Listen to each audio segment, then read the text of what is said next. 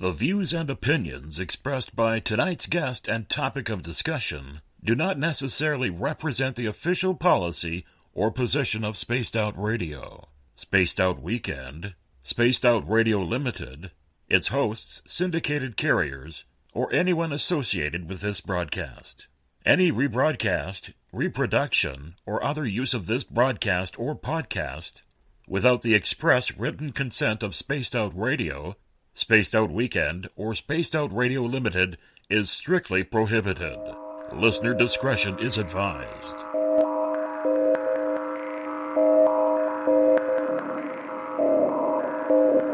Hi there, this is Dave Scott, and I would like to invite you to listen Monday through Friday right here on Spaced Out Radio. 3 hours a night of the top stories with the top guests, ranging topics from UFOs to ETs, ghosts to Sasquatch, and everything in between. We are live every night, 9 p.m. Pacific, midnight Eastern. So come on in and take a listen at spacedoutradio.com. Spaced Out Radio will take you out of this world.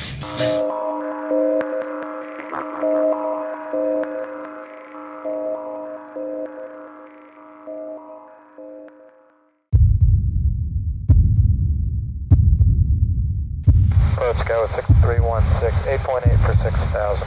Scout 6316, North Yelp Road, still maintain 3,000, I'm 1 for the right. 3,000, Scout 6316. Redwood 811, still maintain 4,000, airport's open to Fox 1. We take you higher and higher and higher. You feel it over and over again. We take you higher and higher and higher. You feel it over and over again. 6 runway, Carefly, runway heading, runway 5. Let's take off.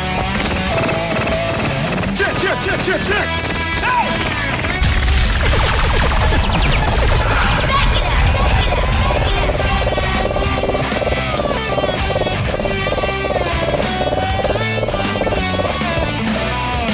And we're ready for takeoff. Sit back, relax. It's time to travel with Cosmic Passport.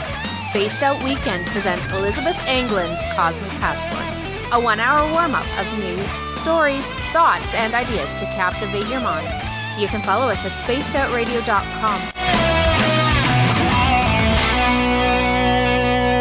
Now 20 years have passed us by,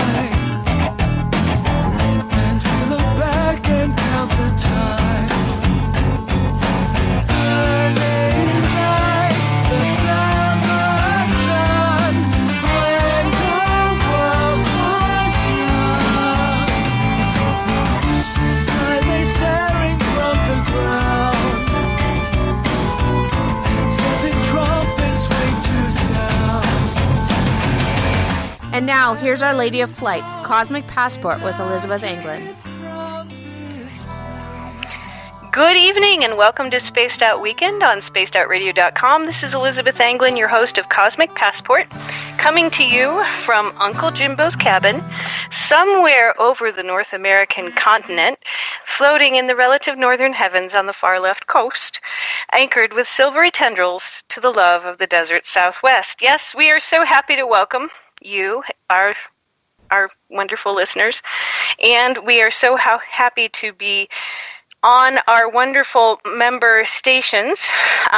We give thanks to listeners who are tuning in through Renegade Talk Radio in Las Vegas, also UPRN 107.7 in New Orleans, Wolf Spirit Radio, the High Plains Radio Network, Forest Moon Paranormal, listeners coming to us from TuneIn and iTunes. Please join us on chat if this is your first night tuning in live. We will be looking at the chat rooms and taking what questions we see there. If you are asking a question, please write it in all caps, so we know it's a question for us, and we'll attempt to give our wonderful guest, I haven't told you who this is, Richard Smith, who is the UFO teacher and has recently written The More, the Mason, the Alien, and is working on his next book right now. If you want to find out more about Richard Smith, go to the UFOteacher.com. We're going to be talking a bit about The More, the Mason, the Alien, a little bit about his alien contact experiences and life experiences, and, just whatever tends to come up. So if you're looking for a chat room, you can go to spacedoutradio.com on Spreaker. If you love our show already and you haven't yet become a Spaced Out Radio Space Traveler, please consider doing so. You can hit the link on the front page. It's $5 a month, less than a large latte at the coffee shop, and you then can come into the Space Travelers chat room on Facebook. We have a good community there of terrible punsters and shenanigan makers, and we'd be happy to have you join us.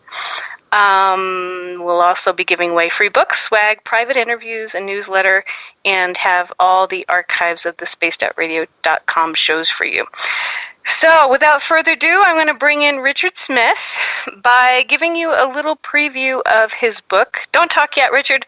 Here, come on in. No, wait, don't talk. No, really, I am going to give you a preview of his book.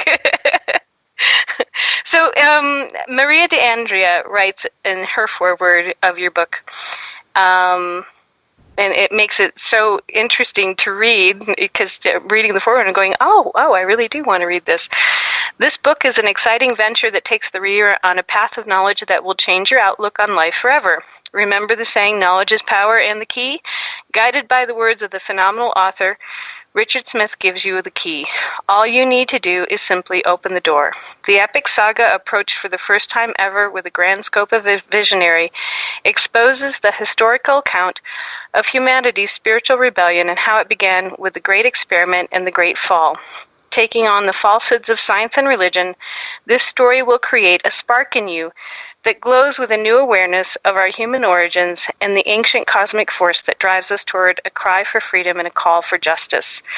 We begin the evolution and realization with the evolution and realization of the author himself and his realization of his family bloodline, giving the reader powerful insights into his path of awakening as he comes to terms with who he really is.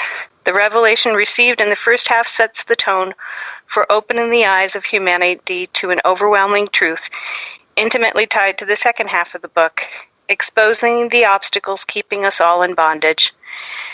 The author's personal awakening becomes a battle of wits on a global scale, as his path in life pits him against the ancient vendetta, attempting to eradicate the human race's cosmic legacy. So, it sounds really fun, but not fun, because, if you're an experiencer, it's kind of how it is, in a sense, to feel like you're, swimming out to sea or rowing upstream. So, Richard. Yes, I'm right here. How are you doing with that ancient vendetta? Doing good. Doing good. And I've learned how to duck real fast, okay? So duck and roll, so as they did back in the 40s. Yeah. But, yeah, go ahead. I'm reading your book. I want people to know that your book is, it sounds like very heavy in the foreword, and then you get into the book, and it's really quite, it's funny, but it's deep at the same time, and surprising.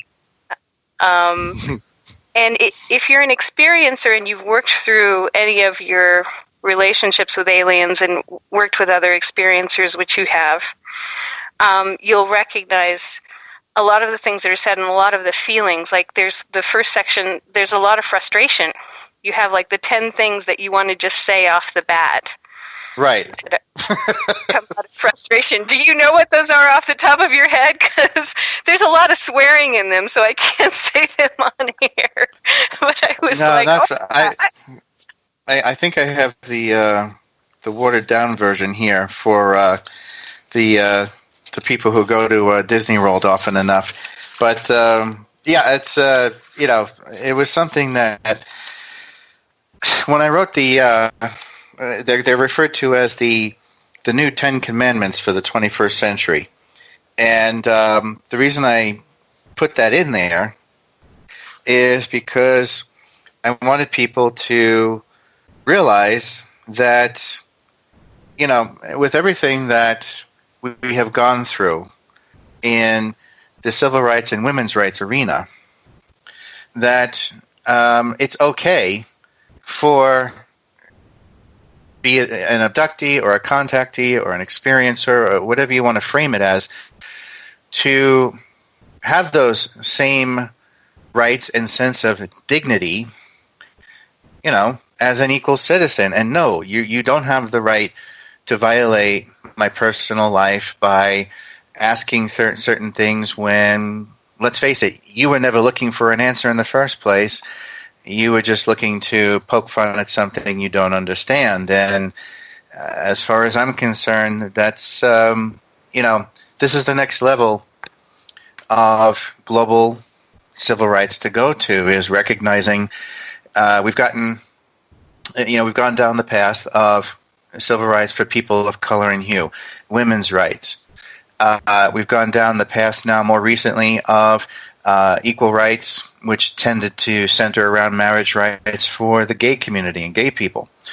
So naturally, the next progression of that civil rights movement, which is what the 10 rules or the 10 commandments were defending, is this sense of xenophobia that we have on this planet towards anyone who has stepped outside of the shoebox mentality of our existence and seen the bigger picture.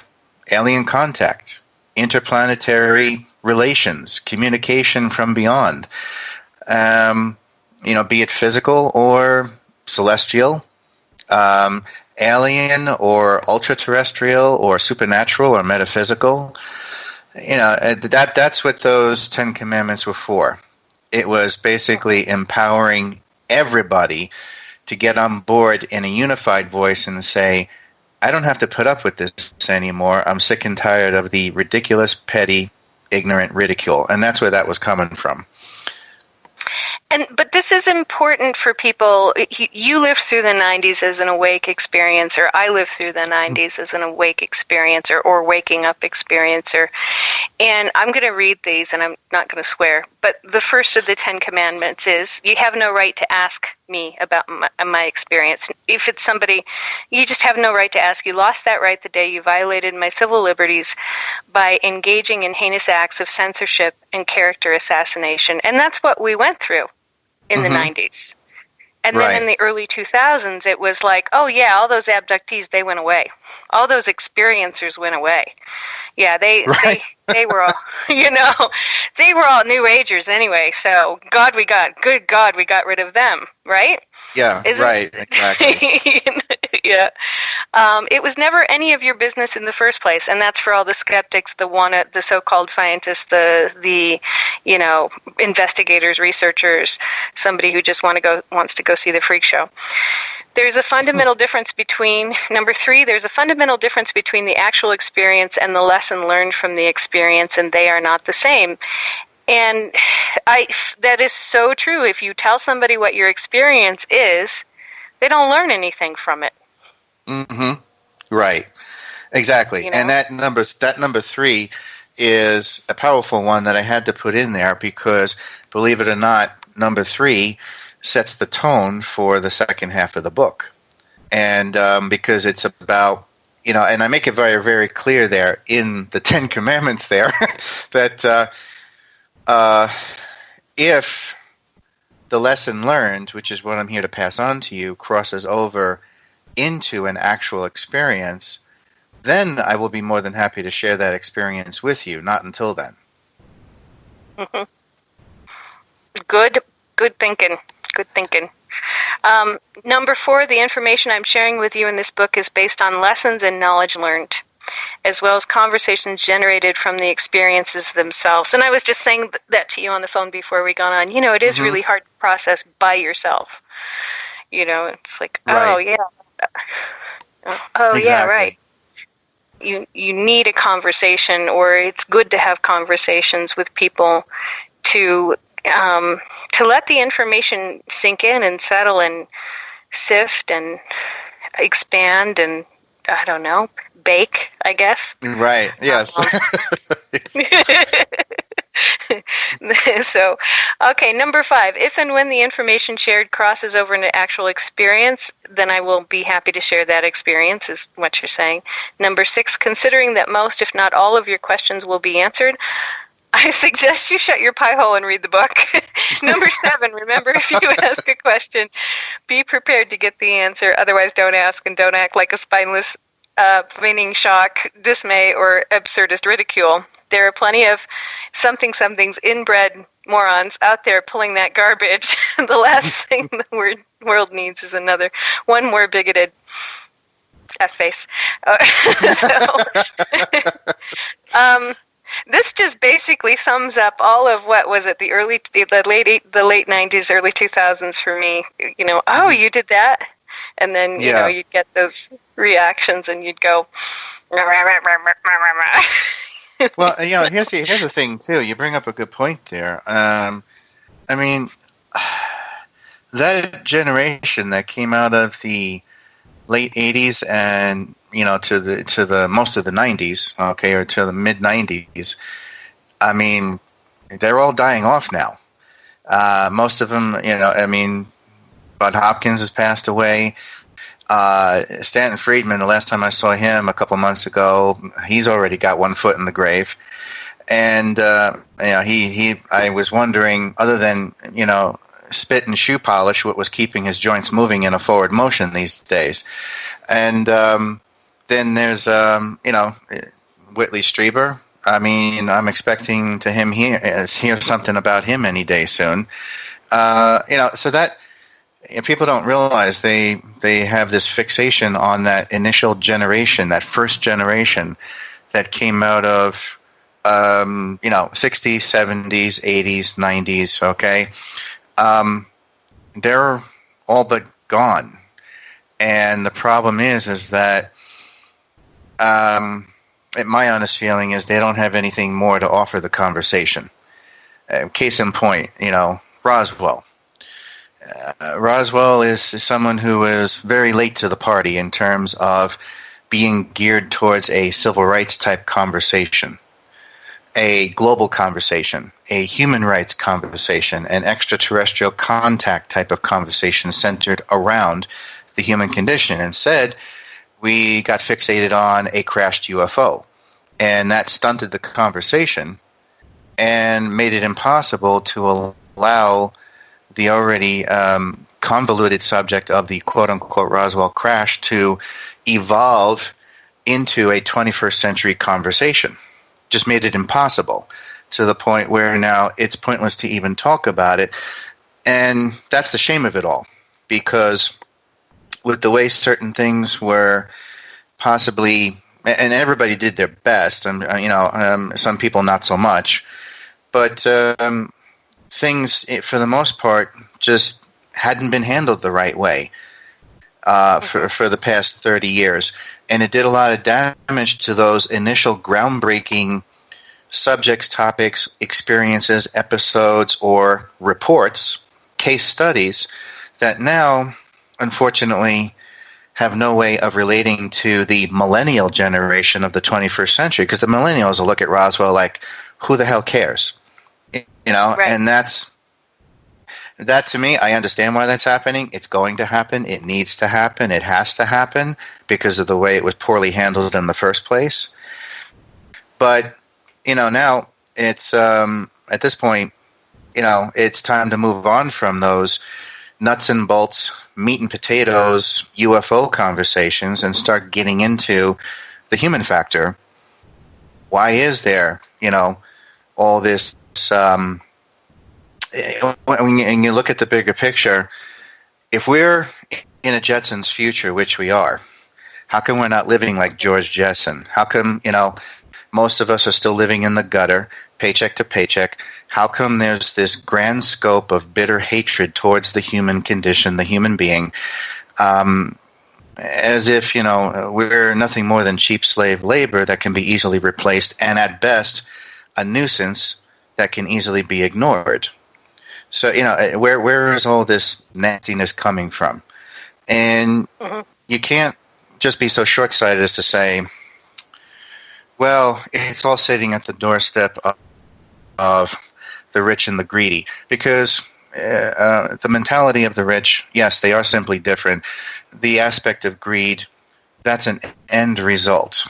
Okay, there's obviously something else as a driving factor behind that puts these people who are in power in a certain position to feel like not only are they capable of turning their back on the human race and the well-being of the human being and the well-being of the human condition, but there's this attitude of like, well, the human being has run its course. It's no longer useful. It's no longer a good thing.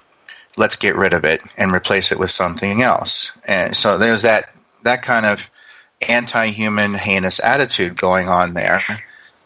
Let's get into that. And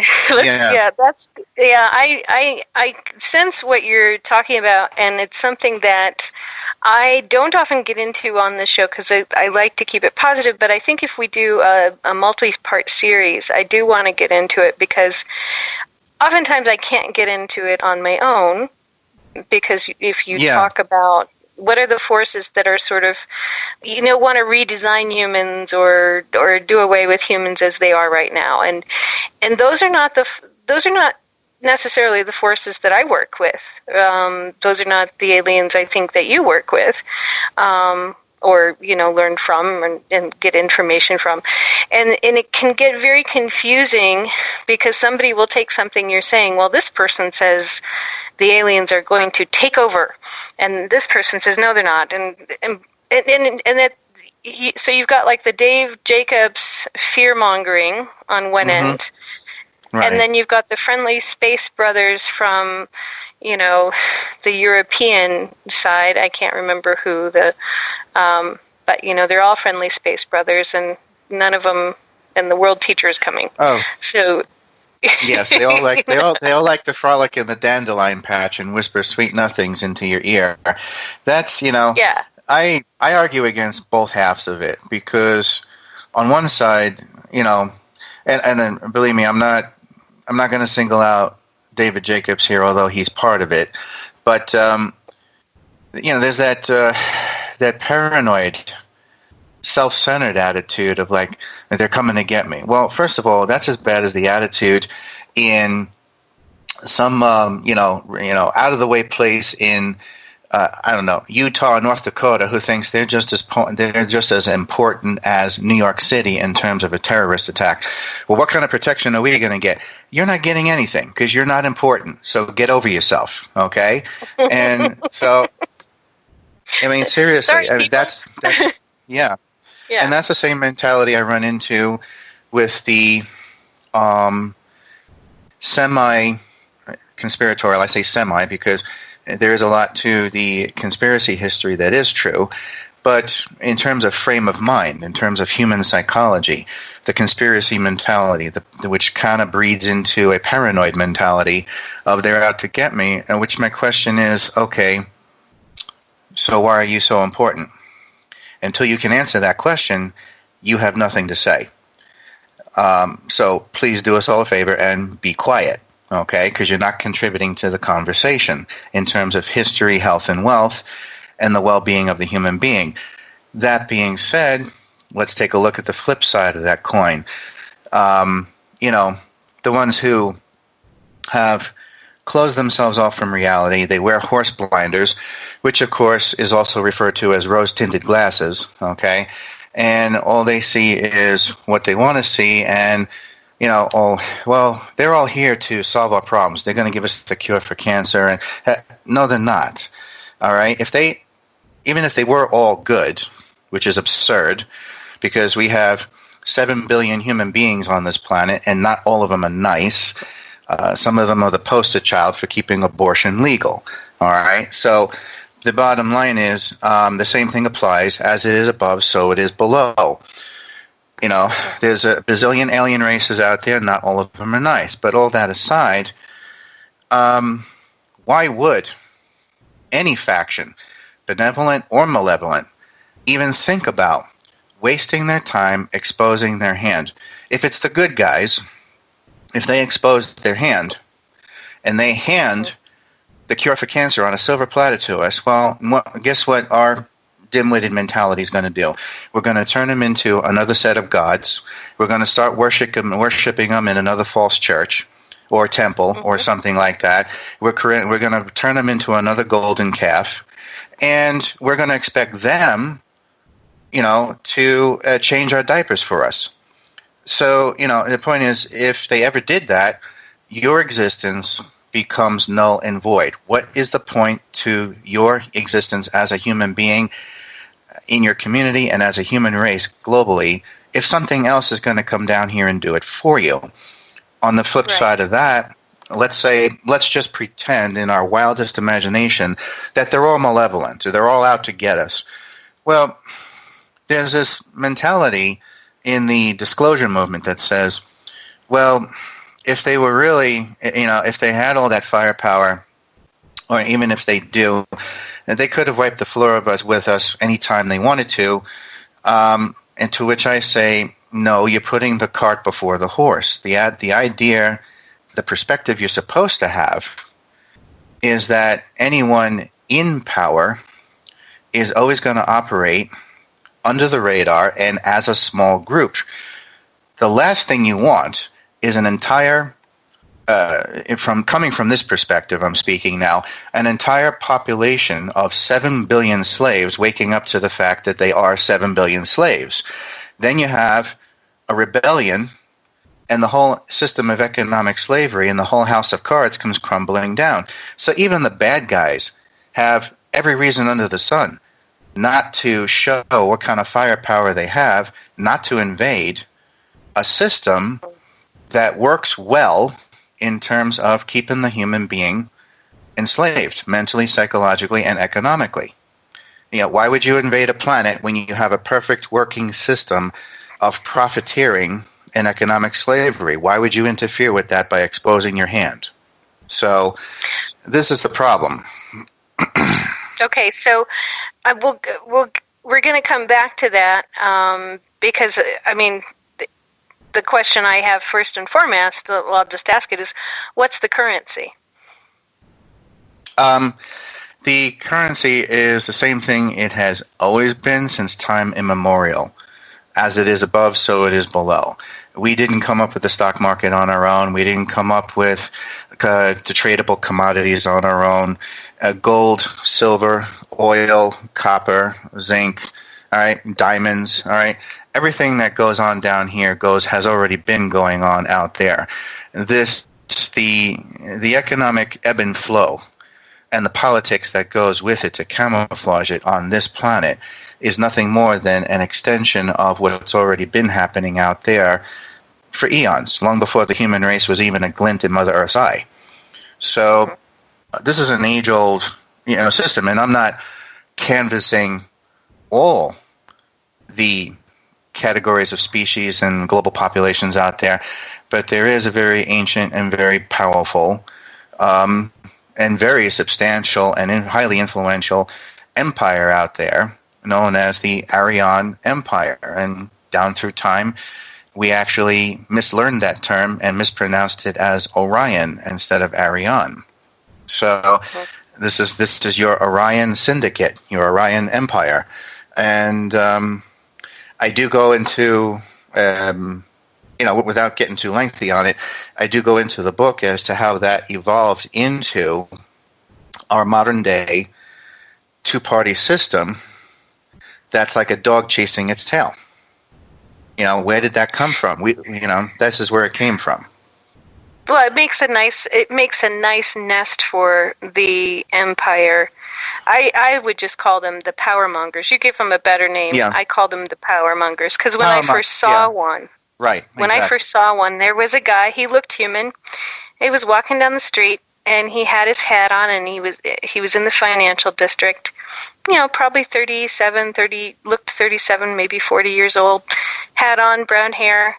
I looked at him and I saw this, well-dressed but casually dressed man coming out of a financial building.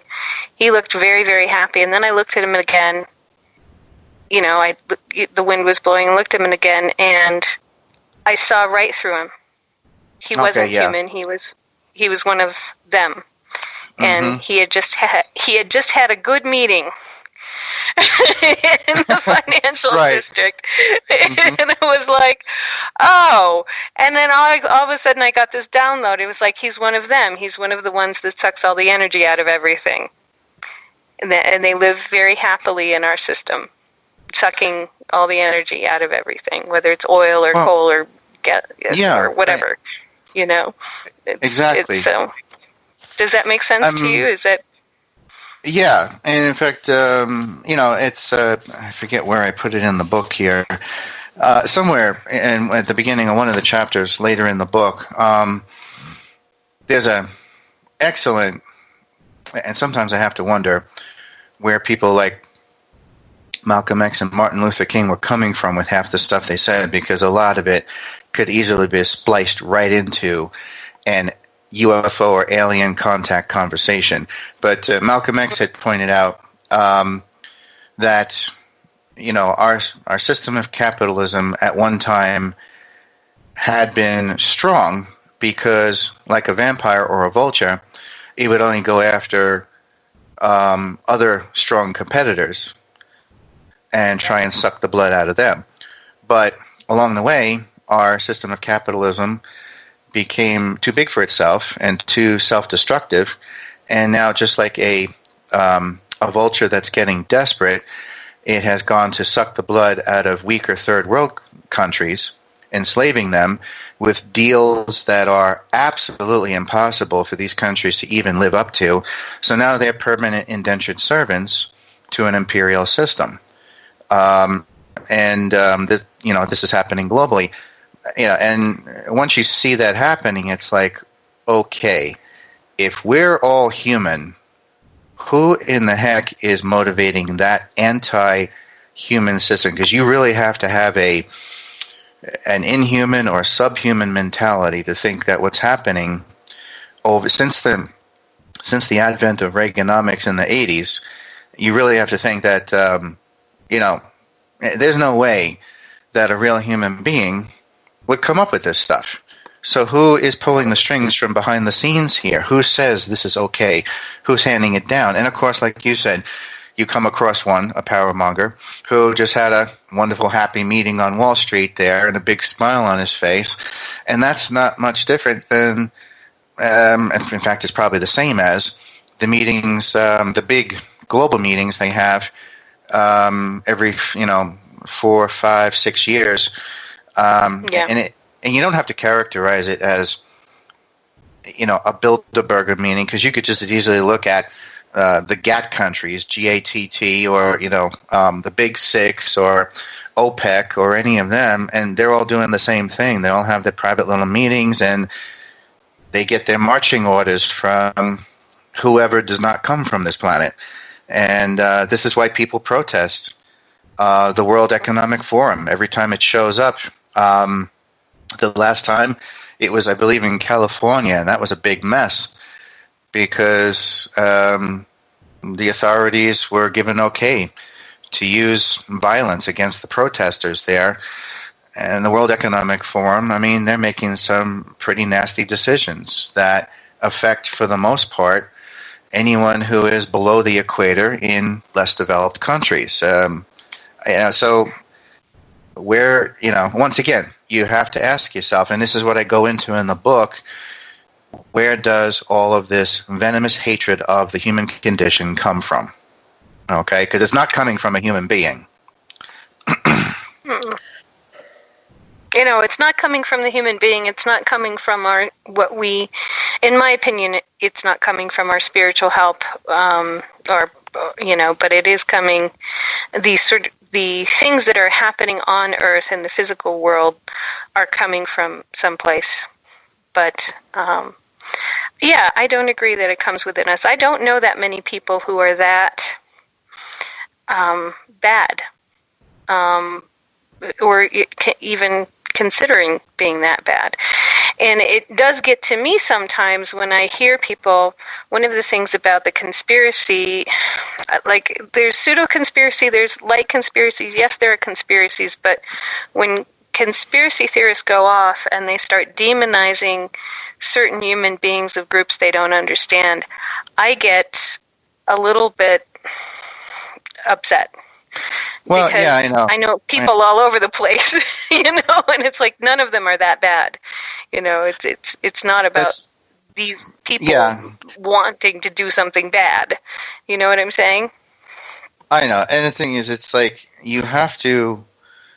I mean, granted, you take a look at someone like a John D. Rockefeller. If that's not the spitting image of someone who was basically had the life force sucked right out of him, you hold a picture of him up next to a traditional depiction of a quote-unquote gray.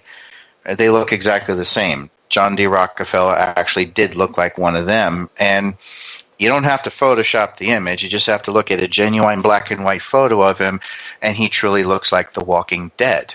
That's what happens when you become more and more pulled into this. You start, and I get into that a little bit in the book there too, you start actually taking on the frequency and the persona of the one you're taking your orders from, because you realize inside you're dying.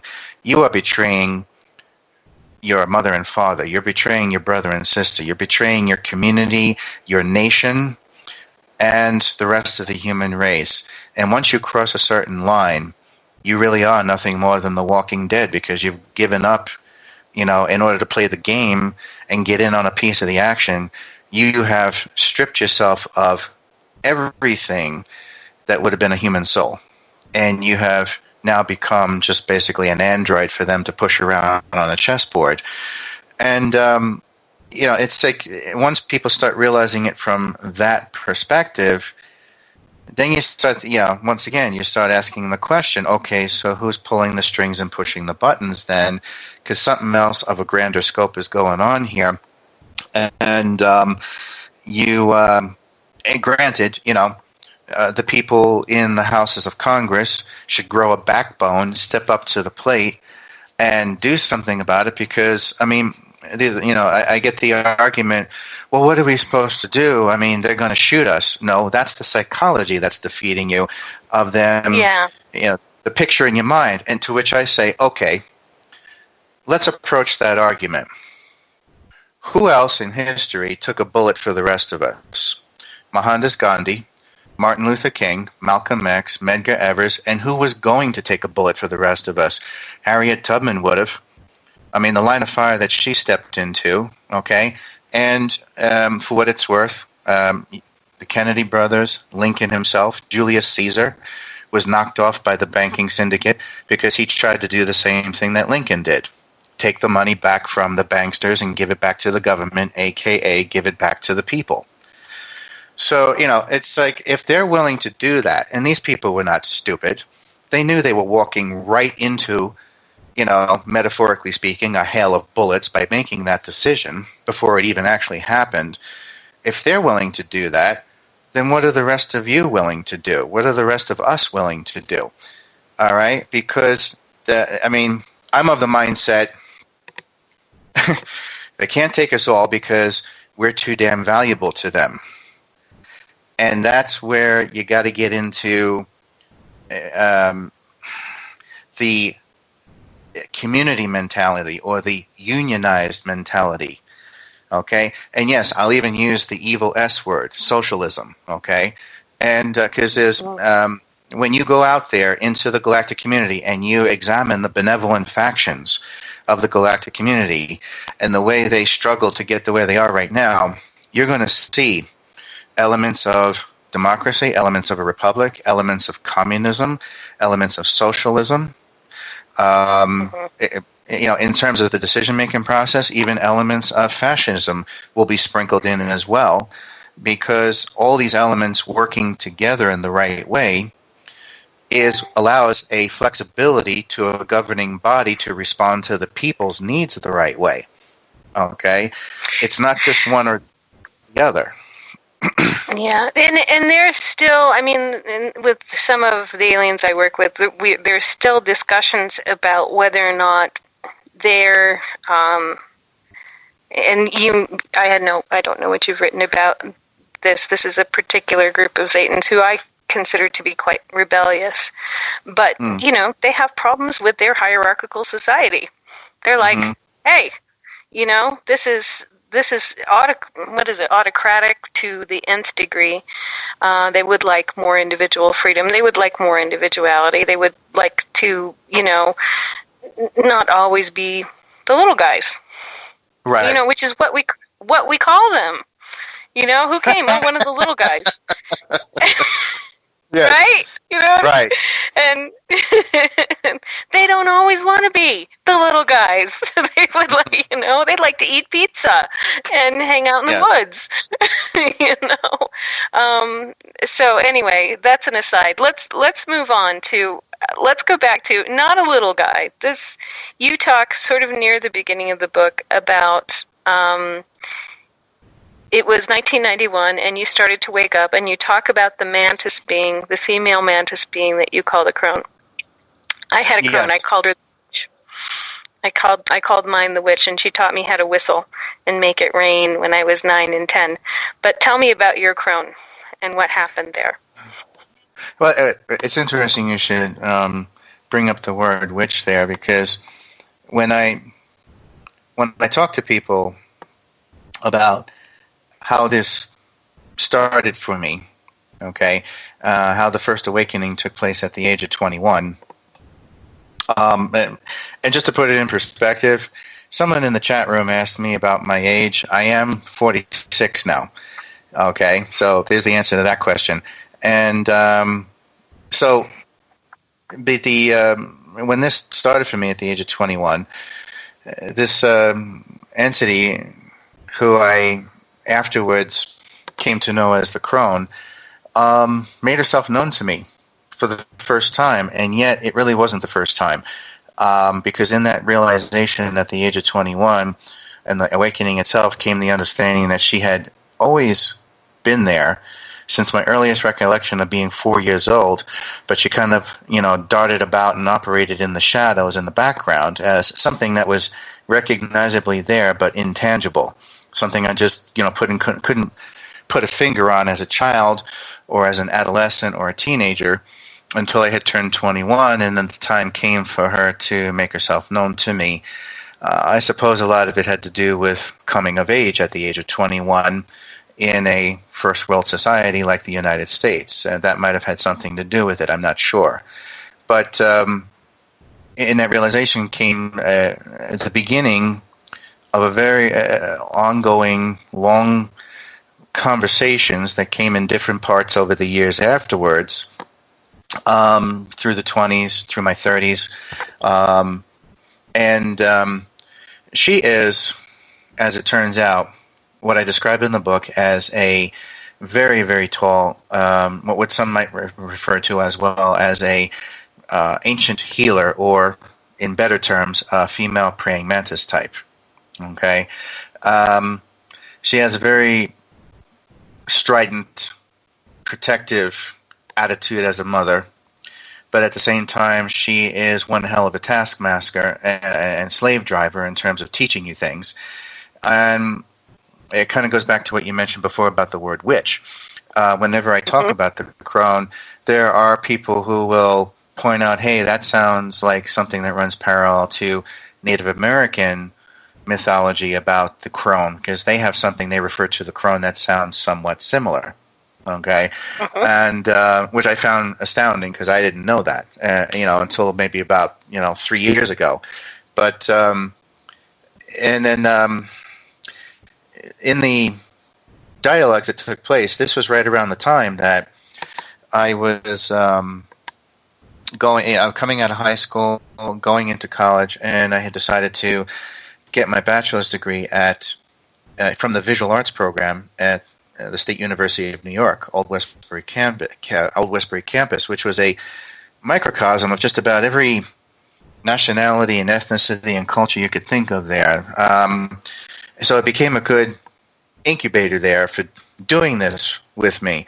And she came to me and said, hey, I know where you're going. I know what you're doing at this point. I know the type of professors you're going to be coming and crossing paths with. Would you use your talents and skills to take this downloaded information that it's time to share with you and educate the masses and get out there and, tell them what's going on over the years to come.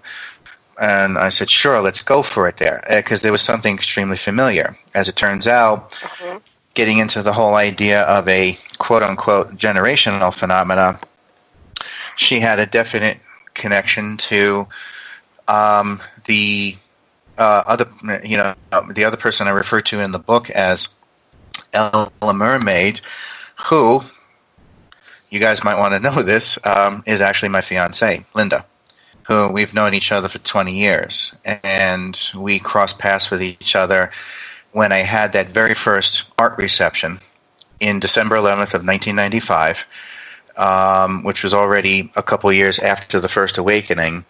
And I was putting together my first solo art exhibition strictly on extraterrestrial intervention and alien contact, something that at that time, 1995, no one had ever seen before. No one could even comprehend how it fit in with the art world until they came to the opening reception and saw. Anyone who's interested can see all of that original artwork on my website at ufoteacher.com. It's all there in the gallery section, or in the art section.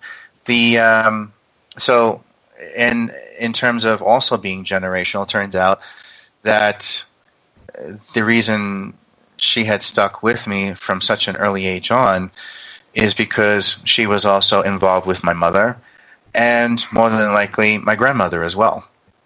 So there's a part of me that, by the time I had reached the age of 21, my grandmother had already passed away when I was around, 14, 15, okay?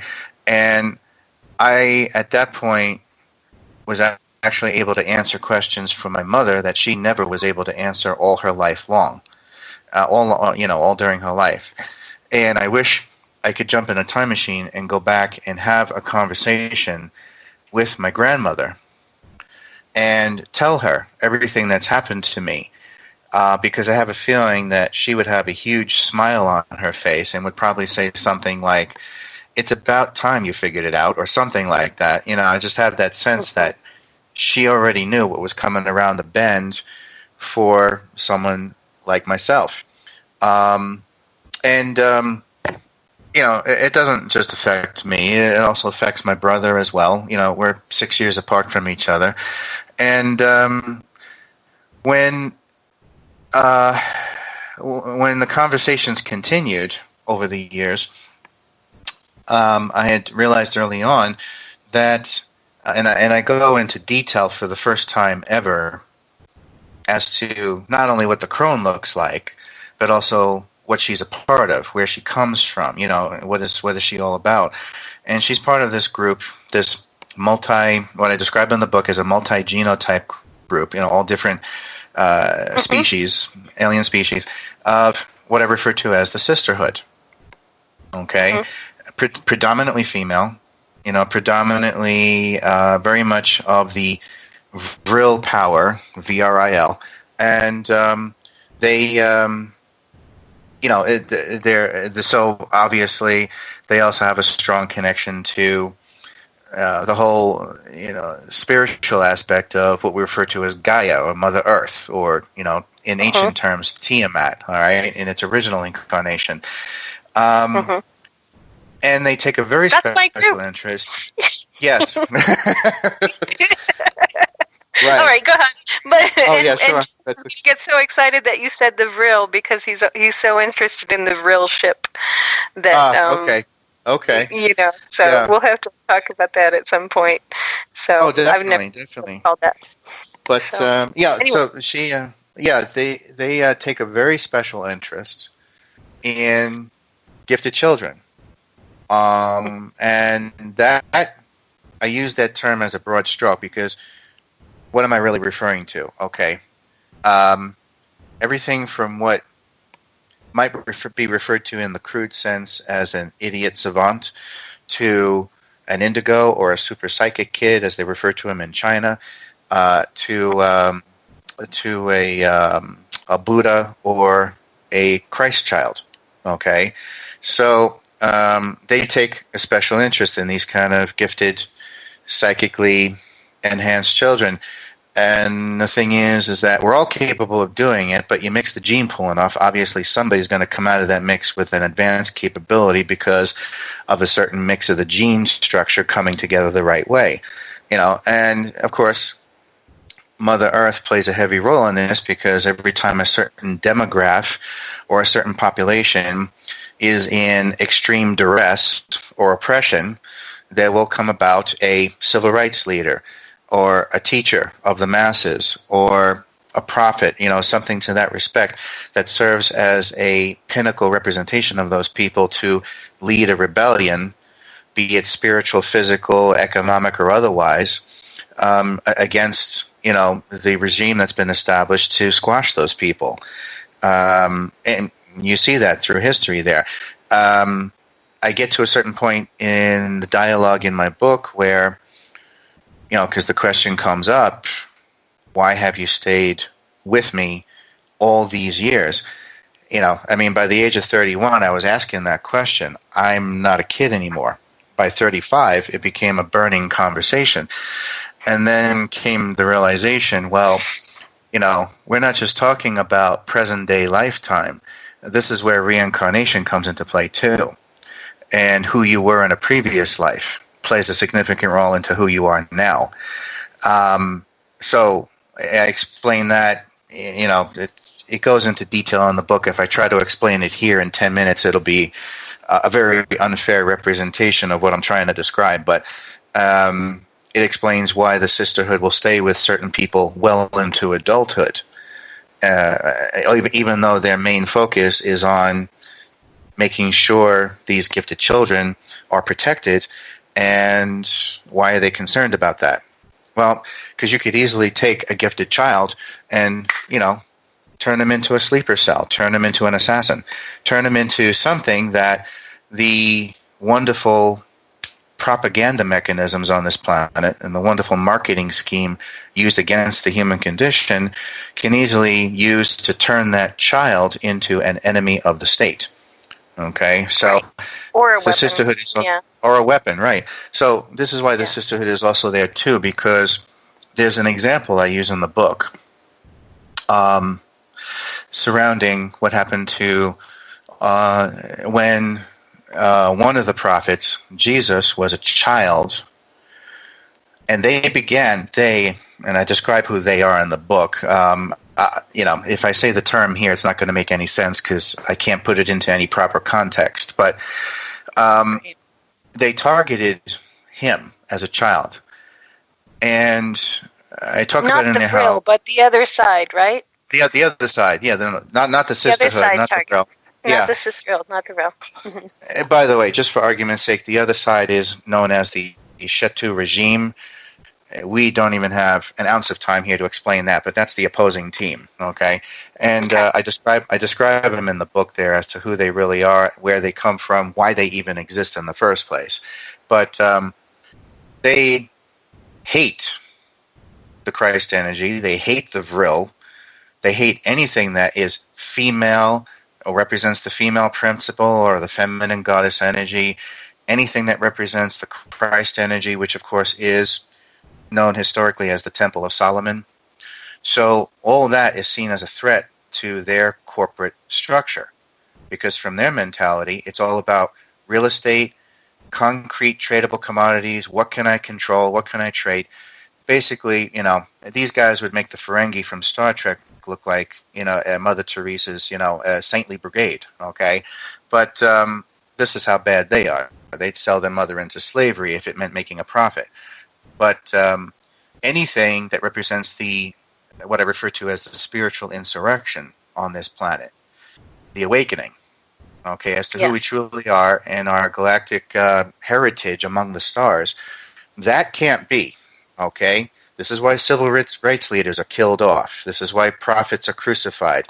This is why Joan of Arc was burned at the stake and witches were burned at the stake, okay? This is the kind of stuff that they refuse in their own paranoid state to allow to come to surface, because it would topple the house of cards and the whole pyramid scheme of profit. But in the case of Jesus, I use that as a prime example, even though it's happened with all of them. they targeted him as a child by giving him these heinous visions of him being murdered on a wooden cross, crucified. And this was causing all manner of psychological damage to the child.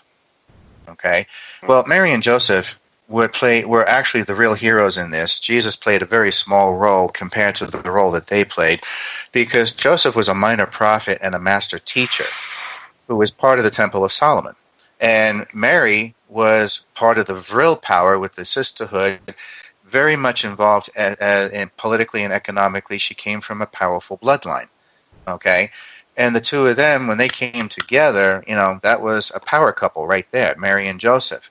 And they got wind from one of Joseph's original master teachers, who we kind of skew through the Lenscopus history as calling Gabriel, okay? And I explain how the name Gabriel got skewed to be viewed as an angel instead of what he really was. But he tells them, look, you got to get this kid out of town, take him to a safe haven in India, and go see Guru Master Ravana Ji. Now, you can look up, Guru Master Ravana Ji is well known, a wealthy prince in India who was also a master teacher of all these prophets. And Joseph knew him too. So Mary and Joseph decided, we're going to take the kid there. Why? Because frequency-wise, that area of India where Guru Master Ravana Ji had his temple and basically took the young Jesus under his wing for 12 years, henceforth the so-called missing history of 12 years, that was an area that the Chateau regime could not penetrate in terms of psychic attacks or frequency. They couldn't get to the child. So the child was protected, and that's where he stayed for more than a decade. Okay. Hey, guess what? I want to invite you back because we are running out of time, and we're going to have to. We got just a few more minutes, and I can't be late for the commercials. So, we did have some questions. We're running out of time, but I'm going to stop you there so you can give people the information so they can look it up themselves. I just bought your book on Kindle on Amazon for $3.49. So awesome. It's worth buying. So, and it's called The Moor, the Mason, and the Alien. And if you have a Kindle Reader or a Kindle Cloud on your computer or your phone, go check it out there, and you can get the hard copies there and all over the place, right? Right. Yeah, you can get it at Amazon's website. You can get it at Barnes & Noble's website. You can go to my website, ufoteacher.com, and click on the book link. So, and I would love to come back. I look forward to coming back for a part 2. Okay, and I'll see how soon we can arrange that, because this is exceedingly fascinating to me. If they want to contact you, how do they do that? They can actually just go to my website, tap on the About link where my bio is, and right on the left-hand side, they'll see the contact info. I work with somebody by the name of Reina Camacho, and they can either get a hold of me there or even send me an email right from there. Okay, great. I'm definitely going to invite you back. I want to talk more about the Vril and some of the other things that are in the book and your next book. And so I think we're going to have a series with Richard. Let me know how you feel about that, because there are so many things we didn't even get a chance to touch on in an hour. Thank you so much for being here. Richard Smith, the author of The Moor, the Mason, and the Alien. And James is going to be coming up next with Solreta. Are you here, James? Solreta. Oh, he's not on air. Okay, so I'm going to check out, guys. This is Elizabeth Anglin from Cosmic Passport. If you want to reach me, it's info@elizabethanglin.com, or check out my website, elizabethanglin.com.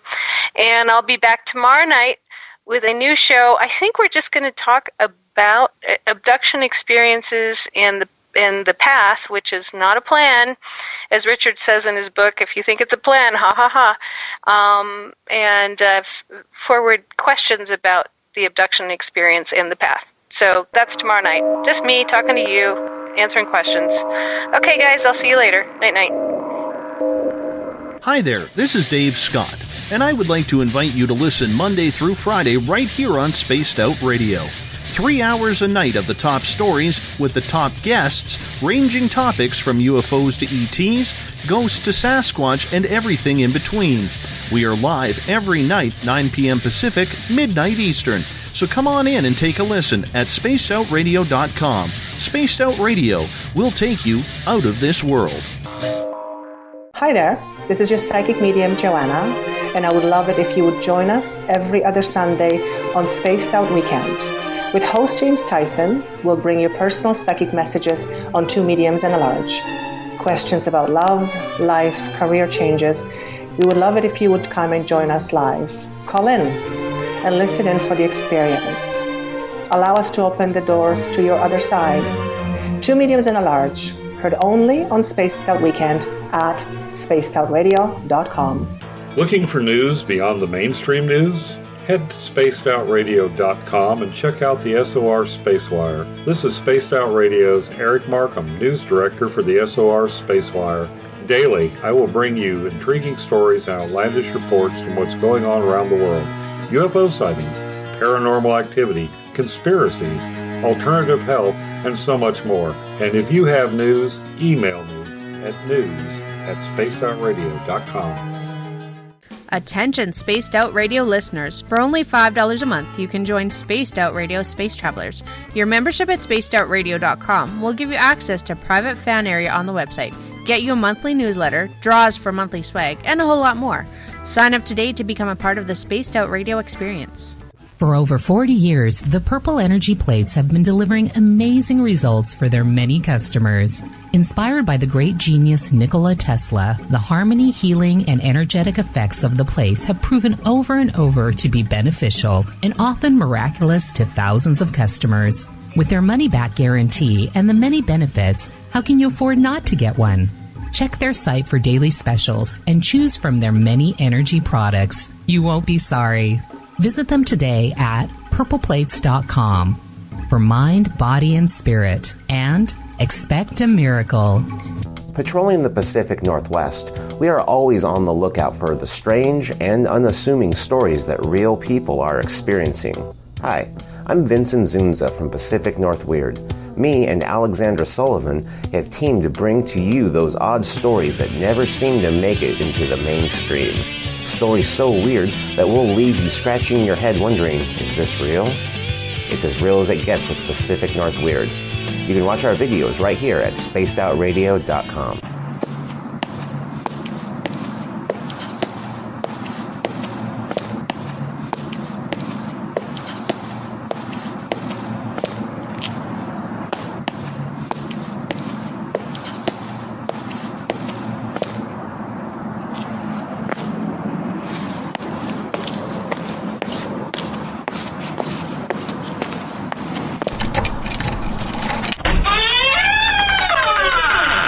It's time to go live on Spaced Out Weekend.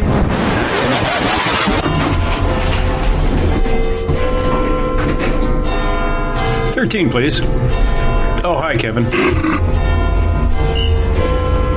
Oh, is that the time? Kevin, my friend, don't you find that watch just a little bit loud? Well, I certainly hope our buddy Bumblefoot is playing when we get there. Oh, you stinky big bundle of hair. I said Bumblefoot, not Bigfoot. Oh, it's going to be a long night. It's time to head to the 13th floor of the old log cabin for Spaced Out Weekend with James Tyson. You can tweet James at James Tyson SOR. You can find him on Instagram, Spaced Out Weekend, as well as on Facebook. On YouTube, our channel is Spaced Out Radio Show, and you can check out our website, spacedoutradio.com. Little brother has taken control, shoveling dirt in every hole. Predators to condemn your soul, watching you and watching me. We're all connected but separated, misunderstood and so frustrated. A million armies of one have invaded, watching you and watching me. We live behind glass curtains and act like nothing's wrong. Soon you will belong. I know you're out there somewhere. We've watched you for so long. We wait for you to fall. We will expose you all. I know you're out there somewhere. Watch it back.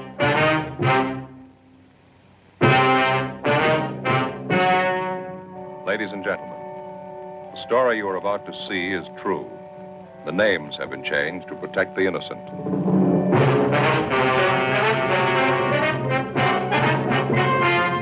And now, perched high in his captain's chair, way above the clouds, here's James Tyson. Hello, everybody. Welcome to Spaced Out Weekend. I want to thank Richard Smith and Elizabeth Anglin for the previous hour talking about UFOs and aliens, and I was getting right into the Vril Institute and my gorgeous 1930s crush, Maria, but they had to leave, and that's not too bad, because tonight I have you to talk to. And I want to thank all of you for tuning in to Spaced Out Weekend on the Spaced Out Radio Network, on Spreaker, the High Plains Talk Radio Network, and, well, a few of our friends in Las Vegas, and recently, very recently, 107.7 United Public Radio Network in New Orleans, and their listeners from over 160 countries around the world. I want to thank all of you who follow us on Facebook in Western Europe, on our Facebook page, SOR Spaced Out Radio Western Europe. I want to thank everybody on the pages out of Canada, the United States, and our special thanks to those people from down under where it's a nice summer afternoon in Australia. And, well, Australasia is where we have our SOR Spaced Out Radio page on Facebook. So if you are living down in Australasia, go over to Facebook and just check out the SOR Australasia page. Like it, or join it. I shouldn't say like it. Just join it, and you'll know who we are. We're broadcasting to you 7 days a week in the afternoon, and if you've got the time, listen. Dave Scott's Monday to Friday. I do the weekend. Here at Spaced Out Radio, we want to be that one-stop shop when it comes to supernatural, paranormal, UFOs, spiritual, conspiracies, and much more. You can check me out on Twitter at James Tyson SOR. Go visit me on my Facebook page at Spaced Out Weekend James Tyson. On Instagram, you can find me at James Tyson SOR. You can find Spaced Out Radio, which includes me, Spaced Out Weekend, on our YouTube channel, Spaced Out Radio Show, iTunes, Intune, and, of course, our website, spacedoutradio.com. Tonight, I have a special guest. I haven't talked to her for a little over a year. She is an author and an experiencer, an ET communicator, and deeply connected to the SAR system, Sirius. Solreta is a very, very interesting young lady. She's down in Melbourne, Australia, Solreta Antaria. She speaks a star language, which is a universal language of love and light. This language is not understood word for word, but empathetically through the body and spirit. Listening to her music, people will quite often report shifts and changes within themselves, both emotionally and spiritually, and some even moved to tears. It's a beautiful, beautiful album that's out now. It is called Syrian Star Journey. But over and above that, gosh, she has been writing. She's been writing. She also sells crystals, books. She's got a blog, newsletters. If you could, please, just while we're on the show tonight, follow her along at solretapsychicreadings.com. Now, Solreta is spelled Solreta, psychicreadings.com. Solreta, psychicreadings.com. Sarita, I want to welcome you back to Spaced Out Weekend. Thank you for such a beautiful welcome, James. It's a pleasure to be back. Oh, it's so nice to have somebody who can walk out the door right now and have sun on their face. It's a nice, and plus you're in the future. It's Sunday where you are, so true. I can always, count on you to tell me if the world has come to an end. So that's kind of good. That must be why we get so many UFO sightings here, because we're in the future. Now, I'm going to get to that. You sent me a little message saying that you had a really good UFO sighting not too long, like in the last couple of days. Yeah, we've had a few over the last couple of days. The last one was, I think it was yesterday afternoon, and it was kind of like this morphing object in the sky, and we could see it sort of sitting between the clouds, and it looked to be a metallic type object. And sometimes we will get ones that are, I guess we call morphers. Some of them will fold up like origami in the sky, so like Japanese paper artwork, and changing shape and morphing. So they do tend to get your attention when they're like that, especially this one was quite a bit larger than some of the other ones that we see. So it does capture your attention. It's really exciting to see, especially when you've got someone else there with you. So my partner, Peter Maxwell Slattery, who's also another experiencer, and he has an amazing UFO channel, and we also are part of ESETI Australia together, which is connected to James Gilliland's ESETI in Washington State. And you went up to see James this year, and just last year now. So around end of June, start of July, we did the big conference that they have there once a year. Lauren Eisenhower was there, Jim Mars, Patty Greer. There was a few other speakers as well. It was a really, really great time that we had there, and good sky watches at night time too.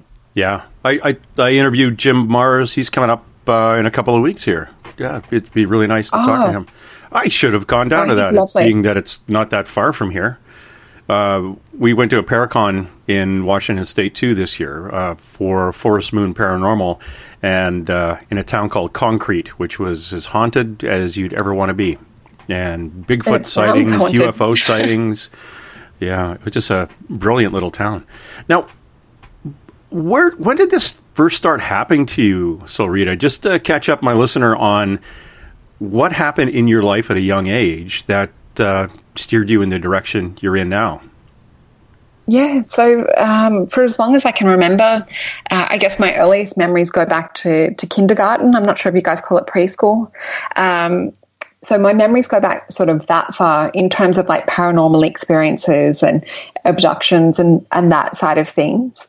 So as a young child, like I knew about ghosts and that sort of thing. So I'd probably blanket term everything, under ghost back then, not sort of knowing, so much who I was having contact with until it gets to later on. In my 20s and 30s, I started to realize the different faces of some of the beings, that they were more ET than they were ghosts. A lot of it, I guess, I tried to block out. There was a lot of sleepless nights, even up to around like age 18. I was still going into my parents' room every night because there was always beings appearing in my room. Different kind of like paranormal phenomenon would happen in the house as well. My parents actually had my bedroom and the hallway rewired when I moved out because I used to affect electricals quite strongly. That doesn't seem to happen as much now that I'm older. I've got more of a handle on my energy and how it affects electricity. But yeah, it's been going on since as long as I can remember. Always seen auras too. So even at high school, it was a lot of fun. telling people what their auras were. They'd ask me sort of like as a party trick type thing, oh, what color's my aura? What does that mean? And that later became my business. So actually the main part of what I do in a one-on-one consultation is aura drawing. So I actually look at the client and I will be able to see what colors are around them, and if there's guides or beings that are around them working with them. They're usually there to work with them for spiritual development, but also to help us on the path on this earth life as well. Oh, that's kind of cool. And that's... Yeah. I can't imagine somebody, bumping into these things as a child. You always get told, oh, it's your invisible friend, or it's, grandma coming to make sure you're okay. And then you say, well, my invisible friends aren't invisible. And when they leave, they go up through the roof or go into that big metal thing in the backyard and take off. And in school, you're actually doing readings for people. Did that get a little uncomfortable sometimes, where you had, the parents of the very religious parents saying, keep this witch away from my children, or your parents being called in? I think because growing up in Australia, we have a very multicultural country, especially here in Melbourne, Australia. We have so many different cultures, and a lot of the kids, I guess, saw it more as a game or as fun.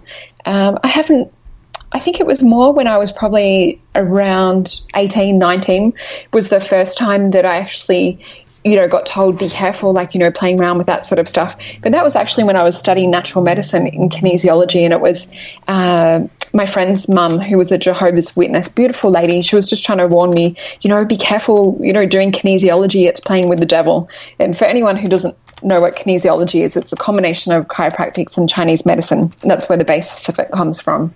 But yeah, I've been pretty lucky in terms of, I guess, as a female in this industry, it's a little bit easier than being a guy in terms of, the amount of pressure or the amount of, people saying things against you. Yeah. Well, that's good.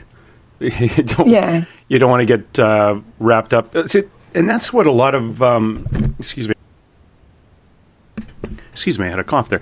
A lot of the people who I have talked to who are a bit older, they're in their, I guess, 60s now, and when it happened, when they were younger, it was just something you didn't tell anybody, because you would either be called a crazy person or, no one would sit with you at the big kids table for supper, because they just thought, oh yeah, she says she talks to dead people, or she sees things standing around.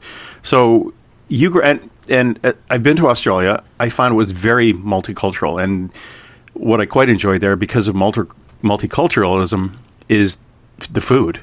It's brilliant. Yes. Because you can go eating around the world. But because of also Australia being a relatively new country to a lot of European I was going to say employees. I guess they're not employing them. Immigrants. And they were coming from my friend's family came from Yugoslavia, the former Yugoslavia. Okay. And they actually picked Australia because they had two choices, Canada or Australia. And the fellow who was filling out the form said, well, you in Canada, it's winter 6 months of the year, and you're stuck in the house in a snowbank, so you can only work 6 months a year. Or you can go to Australia. And they went, oh, heck, we'll go to Australia. You can work all year round there. So somebody hadn't gone to school. But they came with an old European culture where card readers and psychics were common. Every village had a healer. Every village had a card reader, or somebody who saw things, or somebody who could prophesize. That was just part of that old European culture.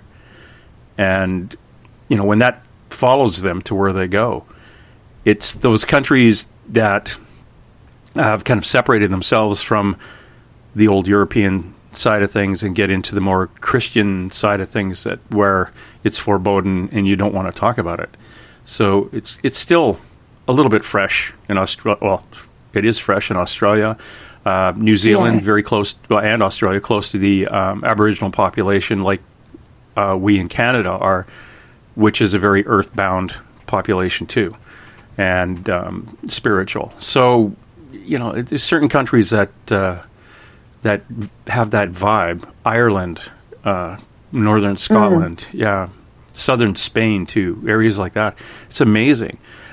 Where is your family from? Where do you hail from genetically?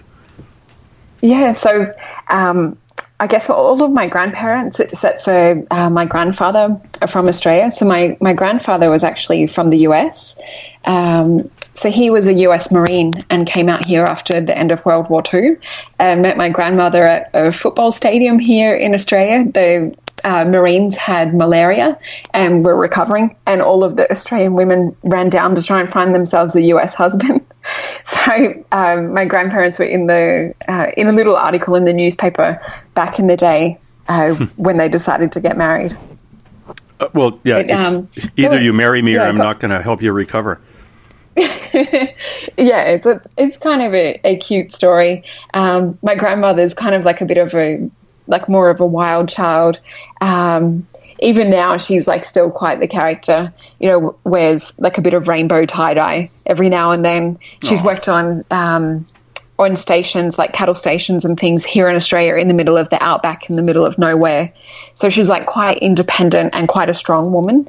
And my other grandma, who was originally from Adelaide, which is another part of Australia, she was into like more the supernatural stuff. Like we'd have a few books on our bookshelf that were from her, and she was interested in, ghosts and paranormal and things like that. But she actually passed away when I was 13, so she didn't get a chance to see like what I do for work now, which I think she would be fascinated by and just really love. But further back, like in our family tree, there's meant to be England, Irish, Scottish, and I think Wales was the other one as well. But I'd love to get one of those genetic tests done one day and find out exactly where the ancestry comes from. Yeah, that is interesting. I had one done, and actually I did. My cousin, who is the son of my dad's brother, so all the same DNA, had his done, and it went back as far as 30,000 years ago, north of the Valley of the Kings in Egypt. Wow. And then we track it north through the Holy Lands, up over top of Europe, into Scandinavia, across into Scotland, and then down. And I asked a psychic, I said, why does my DNA, who was channeling a ET, her guide, and I asked, how come my DNA doesn't come back any further? It shows up 30,000 years ago. And the answer was, he knows he has reptilian DNA, right? I said, no, I did not know. I first of all, that's as I explained yesterday, it's probably why I can climb a tree so quickly. But it was odd because I know that there is some, like my primary spirit guide is ET. So that's interesting to me.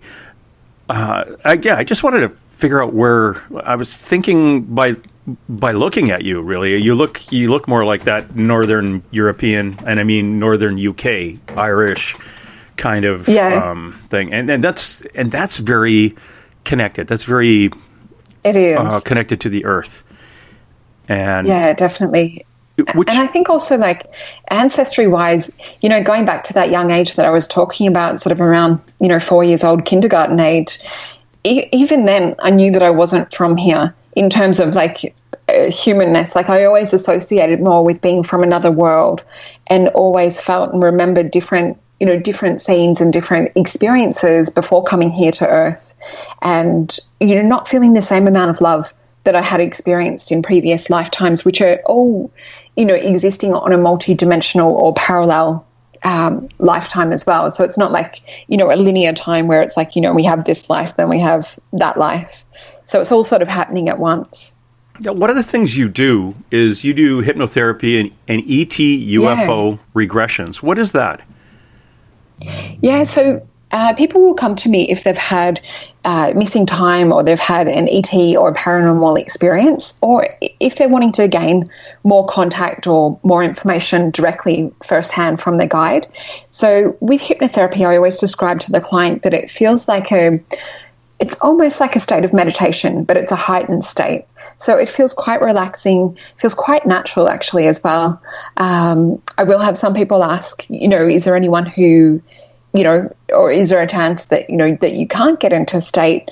And it really depends on the person. The more open they are, and it was actually discovered that the higher the IQ, the easier they are to hypnotize, which I thought was really interesting because it usually goes against what people's normal beliefs are. But yeah, we gain so much interesting information that correlates into different experiences and helps the client to really make sense of different things that have happened and, provide some answers for them that they may not be able to get unless they really delve deeper into that unconscious mind. Now, obviously, you have to be in person with them to do that? So I actually work predominantly over Skype. Most of my clients are in the US. I do have clients in many different places, Hawaii and India, Sweden, so many different places across the world. I do see clients in person as well. With Skype, I've got an example up. There was a lovely guy in the US called Joe Soletti, and I did a Skype session with him, and he's actually got my permission and put that up on YouTube for anyone wants to see, what a hypnotherapy session is like with me. Oh, very cool. See, I had one for a past life regression, but that was in person, and I thought there was there's almost a point where you have to be monitoring the person and looking at them breathing and stuff when they're hypnotized. So you've got to make sure that you do have that video connection happening because you are monitoring their eye movements and their breathing. Good. And you're also actually going into a hypnotic state with your client as well. So you've sort of got that kind of relationship going energetically. Wow. That is very good. Very, very good. And it's very fun to do. So, and again, it's like if you've got any missing time or you have friends of mine, people are part of the Canadian Paranormal Society that I belong to. One of the women who's in it, she is basically, we've confirmed that she's an abductee.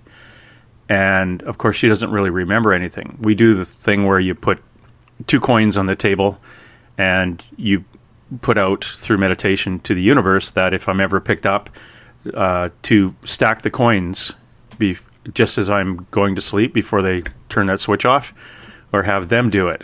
And she's woken up. Well, she used cards actually, but she's woken up with the cards stacked. And that's cool. So, do you know, I've never heard of that technique. That's a really cool technique. Yeah, we had a guest actually, Dave Scott, who does a show Monday to Friday on Space Out Radio. He had a guest that was, who did a lot of work with abductees, and he said that's the easiest way to put it out there. Like you just put out that this is what I would like, so I know, and I don't fear being like. She was thinking she had a ghost lifting her up out of her bed and putting her back down sideways. And we did an investigation there. And I said, "That's not a ghost. That's you've been targeted." Well, I think my first question was, "Have you ever seen a UFO?" And she stared at me. He says, "Well, yeah, I was outside once, and there was an awfully big, triangle flying over the house, and I was the only one who could see it." So I said, "Well, that's a clue." As a policeman, I looked at that. Sometimes it's interesting sometimes too. Like you can have a group full of people, and sometimes there might be the 1 or 2 people that can't see it, but the whole rest of the group can see it. Mm-hmm. And I find that interesting. I think that's, you're either on the same wavelength, or existing on the same sort of frequency or spectrum as the energy of the UFO, sometimes to be able to see it. And I think that's sometimes why some people will see them more than others. And it's also the fact, my partner and I, we just look up a lot, especially Pete, but he is really, really guided. He's super guided, for going out to see UFOs. He'll get like an anxiety where it's like, yep, I have to go outside right now. And so many times he literally will step foot out the door and bam, they're there above him in the sky. It doesn't matter whether it's day or night. Yeah, that's crazy. I bumped into a young lady the other day who disclosed to me. I looked at her and said, "Oh man, this is kind of weird, but I think, no, actually she asked me, she looked at me and said, "What are you?" And I looked at her and I went, "I'm an empath like you." And she said, "Oh, but to have a question, what are you?" And I was actually literally, I was buying a motorcycle, and she was introduced to me by the salesman I was dealing with. And I said, "Hi, I know you from somewhere. I've seen you." And, well, we have mutual friends, but I've never actually met this person. And she just paused and looked at me and said, "What are you?" And I paused and said, "I'm an empath like you." And then we got off on this conversation, and she disclosed that she was in Costa Rica and saw about 5 or 6 UFOs with lights that could zoom up and down and sideways and stop in an instant as they flashed. And it was like they were communicating by lights with each other or something. But they looked exactly like you would think if you told somebody to draw a picture of a UFO, like the little saucers. Yeah. Yeah. She said that, and they were up there for, I don't know, about an hour doing their thing. And cool. That was different for her. And, it's just, she was just curious, like, why in Costa Rica, in a large area or like a tourist area, why these things would be flying around. But I said, you know what, I'll mention it to Solreta. Maybe she knows those guys, but who knows? But these are kind of things that I'm running into a lot more. The extraterrestrial activity out there, as well as psychics like yourself, whose primary spirit guide isn't somebody of Earth who was assigned or took the assignment. And if they were, in the last couple of years, they've been replaced by ETs. Is that resonating with you from talking to your friends at all? Yeah, it does. And I think I guess the type of client that I tend to attract, because I do really work like within the ET field, it is more common that I see clients that have ET guides, but then I will get I guess like you'd call them more like a mainstream or like a normal person coming for like a normal typical reading, whether it's on work, love, life, that sort of thing. And they don't always have the ET guide. Sometimes they will have more like a human type guide. And sometimes guides will present to us, a way which we can relate to them. And so this could also be why some of the guides are changing to be more like an ET guide now, because we're changing the way that we think about things. But not only that, typically, I would describe to a person that we do generally have, quite a few guides around us, like when we look at the aura and see the picture, but you'll have different guides step forward at different times on our pathway here on Earth, depending on like what it is that we're working with or what it is that we need or where we need to go. But ETs definitely are stepping up more in terms of, being guides at the moment. And interesting, you were talking about like with the craft that it appeared with that lady with the group of people. We actually just had a UFO sighting the other night. We had fireworks here in Australia, and Pete and I went down with the kids and some other friends and kids to a beach to watch the fireworks, and we had a UFO just fly over the top of the crowd. So that they are seeming to come out more and more when there is groups of people there, whereas in the past you might hear reports of just 1 or 2 people seeing them. So it does feel like that the veil is lifting and that things are shifting for not necessarily government disclosure, but, personal disclosure. I think that people are more open to believing in this sort of thing nowadays and are more open to, believing in experience when it does happen to them, not just shutting it out as a dream or, oh no, that was a jet or an aeroplane. Or weather balloons. I think exactly. And you and I are kind of on the same page as that. I've got, because of, I'm in a position to talk to psychics from all over the world. That's the question. A couple of local people have said that. My primary guide, and I didn't know what a spirit guide, empath, or any of this was until 2012. My primary guide is an ET, Matthew. I call him Matthew. It's been replaced. Sorry, Matthew. He's been replaced. He's taken a step back, and I've had a woman come in, and I saw her on the only time I actually did one of those third eye openings. Got a ton of information in and saw this very attractive, strong woman in 1700s period clothing, but not the fluffy dresses. She was, had a kind of a working jacket, horse riding outfit on, and a three-peaked hat. And I asked one of our psychics last week if my new spirit guide had come through, if she could tell me anything about her. And she described the lady with the three-peak hat.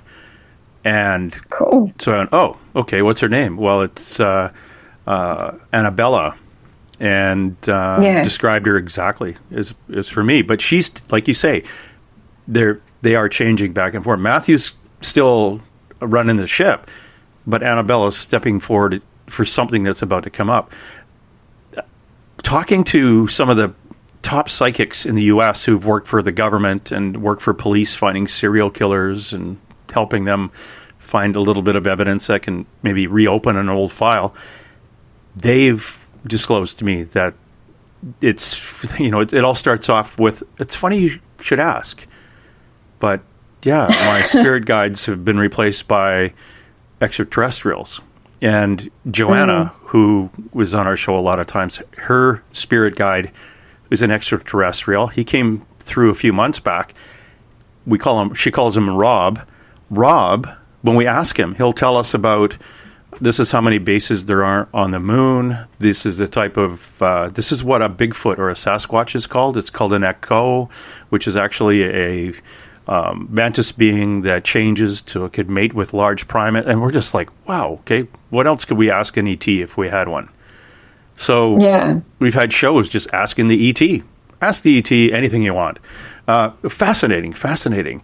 And to hear that, you're just another one of that group. But it sounds like your guide, though, your primary would have been an ET from the get-go. Yeah, and another one of my primaries as well is sort of more a wizard type, but I didn't learn until later on that it wasn't, I always just thought he was sort of like a medieval Merlin type. But when I started to research and look into him more and ask questions, in my late teens and early 20s, I actually found that he was from Sirius, the star Sirius. Yes. And they have sort of like, wizard type beings in that off world as well, that wear that kind of like the hooded robe or the cloak. And there was always something sort of like a little bit unearthly about him, but it's like when you start to put two and two together, you get a little bit more information. And a lot of the time it's just asking that question as well. Even from a young age, I'd tell my parents different things or, have different kind of like psychic experiences, where I feel like I was falling into a void where I could ask any question. It was like a universal, not a black hole, but it sort of felt like I was falling into like a nothingness, and I would find different answers, and that from that kind of conscious state, and my whole physical body would tingle and start to almost disappear. So I always had like a lot of unusual experiences growing up, and that doesn't seem to be stopping since I'm older. It's more that I can make sense of it now that I'm older, and especially with having friends nowadays too that you can talk to about this sort of thing, that helps so much, and especially having a partner that I can talk to about this and confirm things with, because there's times where we'll be going to bed and we'll be in sort of like a half lucid state but be able to talk to each other and, say to each other, can you see that purple beam of light coming in? Yep, we're about to go. All right, we're about to be taken. And then we feel ourselves floating up together. And then in the morning, reminding each other, do you remember what happened last night? And I think it's good because when you actually do speak it out loud, when it's happening, it sets that kind of like alarm in your brain to remember. It's like when you actualize the words and you speak it, you remember it more clearly the next day rather than to have not said a thing to anyone. And we do quite often get different beings come in the room. One being that I've still got a draw that happened a few weeks ago, I had this beautiful lion being, like an animal lion type hair mane, like her mane. Her face was sort of more humanoid, but her eyes looked like lioness eyes. And she had this green kind of space uniform on with this red V on the front. So she's still one that I've got to draw, but she was communicating to me about the presence of the lion beings appearing more on Earth at the moment. And it's funny because when you talk to people at the moment, there's more and more, people interacting with this lion being energy, whether it's the ships in the sky and they're sensing this lion being, and also sometimes the golden energies that appear or work with us are also lion being energies as well. And the message that they really communicate is to stand strong and proud, and to really not be afraid to live with courage and to live what it is that we've come here to do.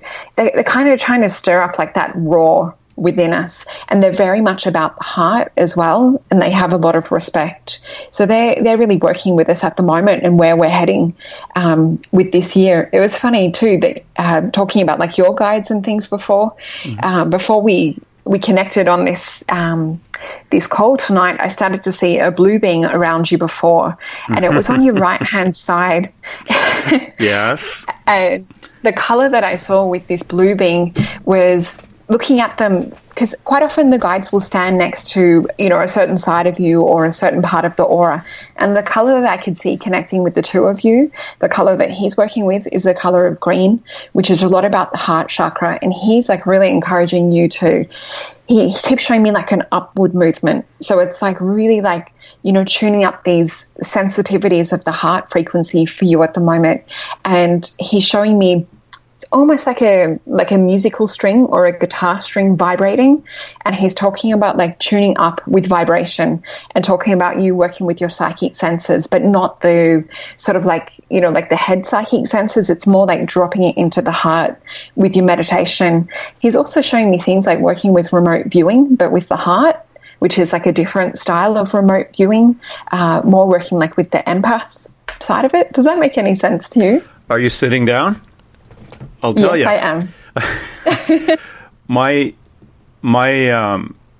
family, I guess you'd say, are blue.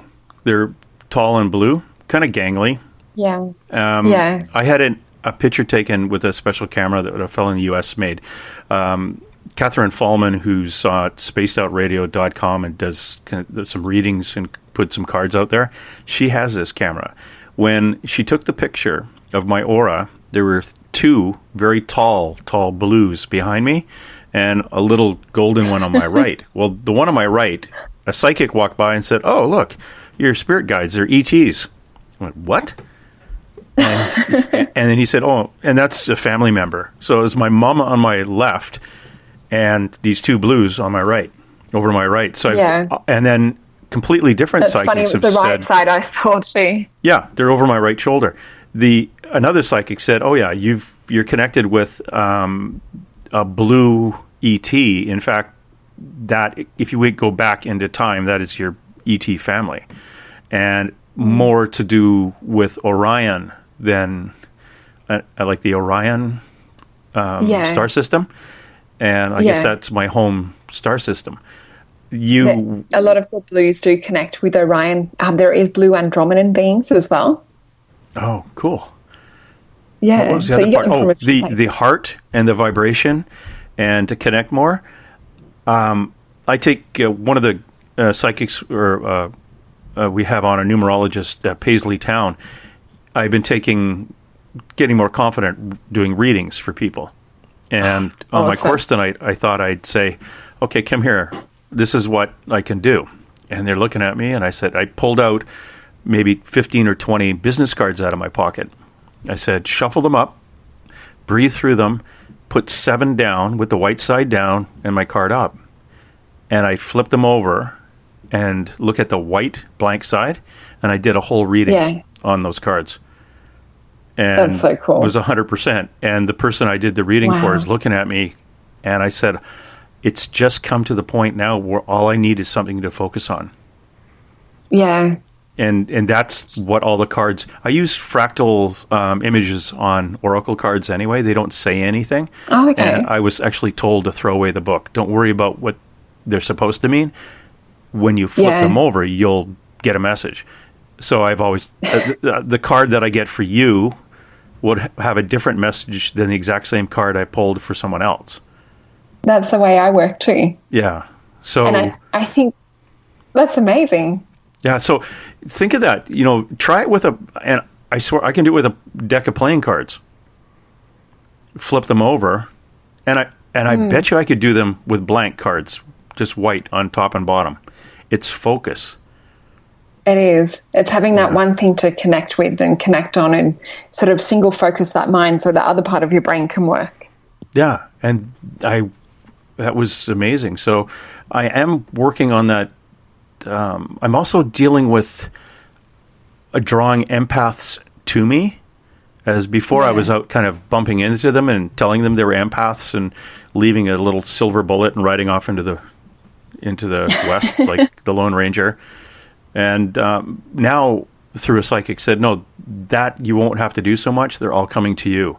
You have like a core group, or you have a group that is coming, and those people then will go out and interact with others. And I'm finding I am seeing them. I look on Facebook, and friends of mine they dance in burlesque in Vancouver, BC. And one of their friends will pop up, and I go, oh my gosh, that's an empath. But I can look at a photograph and see them.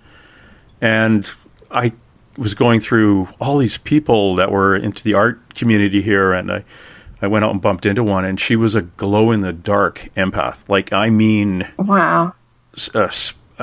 Imagine a Roman candle just going, just absolutely going. Wow. A fantastic lady who's actually an exotic dancer, and in a really low energy part of town. Yeah. And she and two other dancers she worked with are through the roof empaths. Yeah. Over and above whatever else they do, there are three huge glowing lights in this really sad part of town.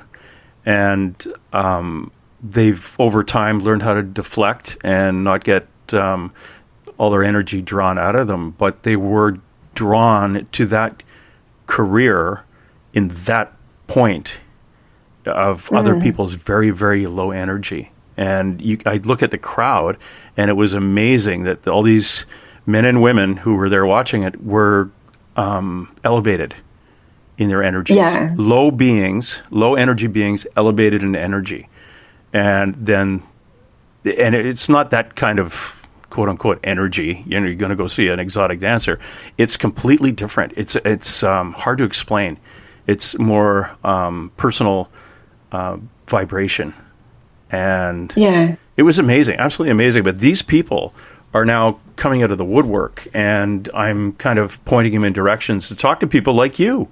To talk to somebody who has experienced this all their lives and has the answers for these things. You one of the great things I think you do is you do aura drawings. Explain that's one of my favorite things to do. Yeah, explain what that is. Sort of just like, I mean, you and I are working without video right here, and it doesn't seem to matter whether you've got video or not. With the aura drawings that I do over Skype, I do work through video, and you can see with your spiritual eyes possibly even more than what you can see with your physical eyes. It's like you're seeing into another level of vibration or another level of existence. So just how I saw like the blue being standing next to you and with the aura, it's just how I would like with an aura drawing client, except like we would go into a full hour on what's around them. And there's so much that, that exists around someone, but dependent upon like what the colors are, like say, for example, some clients I might see like a yellow energy around them, and what that can mean depending on like, what beings are there and what else is there in the aura can mean that they're, about to undertake new study or new education, or that they're more meant for teaching. But it's all on how it empathically comes through to me at the time. But I do get like a multitude of different kind of psychic information come through. Like I'll get the visual side of it, like we're just talking about with the aura drawing, but I'll also get like the auditory side. I'll quite often hear the beings actually say things directly to me. One of the main funny ones that I do work with is Archangel Michael, and he has like a really funny sense of humor. He's always putting things in a joke point of view. He'll bring messages through song, messages through, different movies.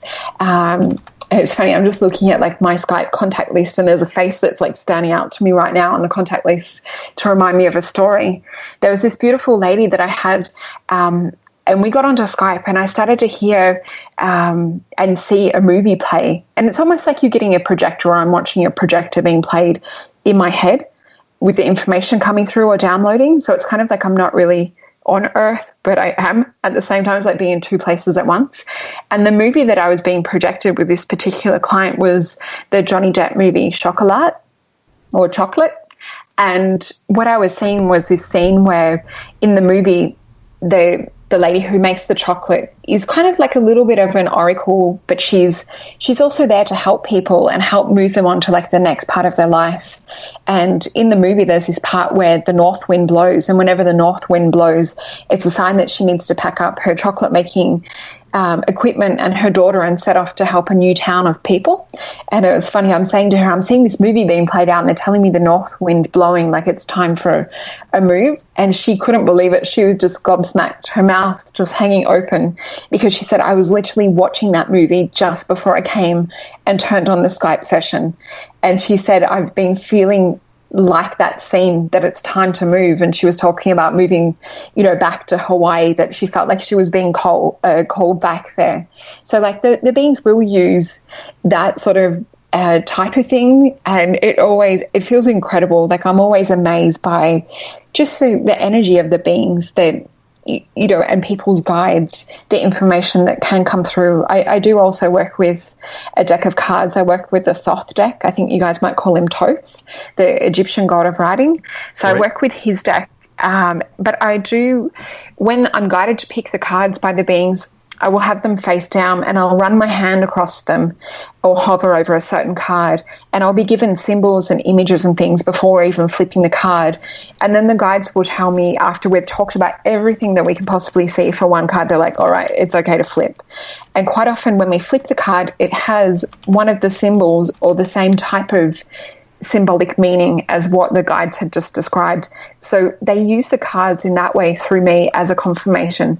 So it's like when you get the same answer, both verbally from the beings, and then you've got it as a symbol on the card, and I can hold it up and show the clients as well. And clients that are here in person will see that, that I don't look at the cards, before we flip. And that's just such good confirmation, not only for me, like, working as a psychic in this field, but also like for the clients.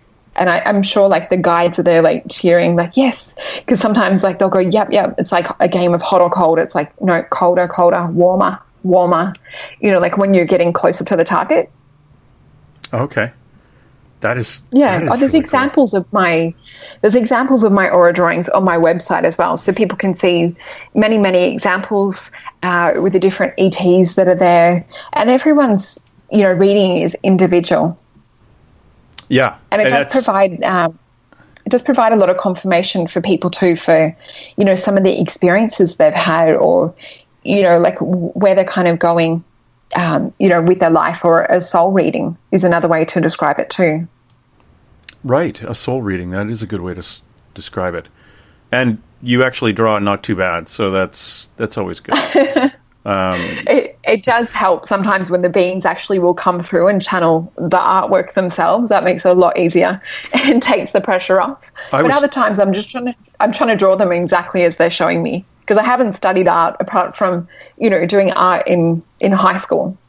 Oh, wow. I interviewed somebody who's been an incredible artist since she was a little girl out of the United States, Akiane Krameric, and she says she actually channels oil paintings. So, beautiful. And she's a genius.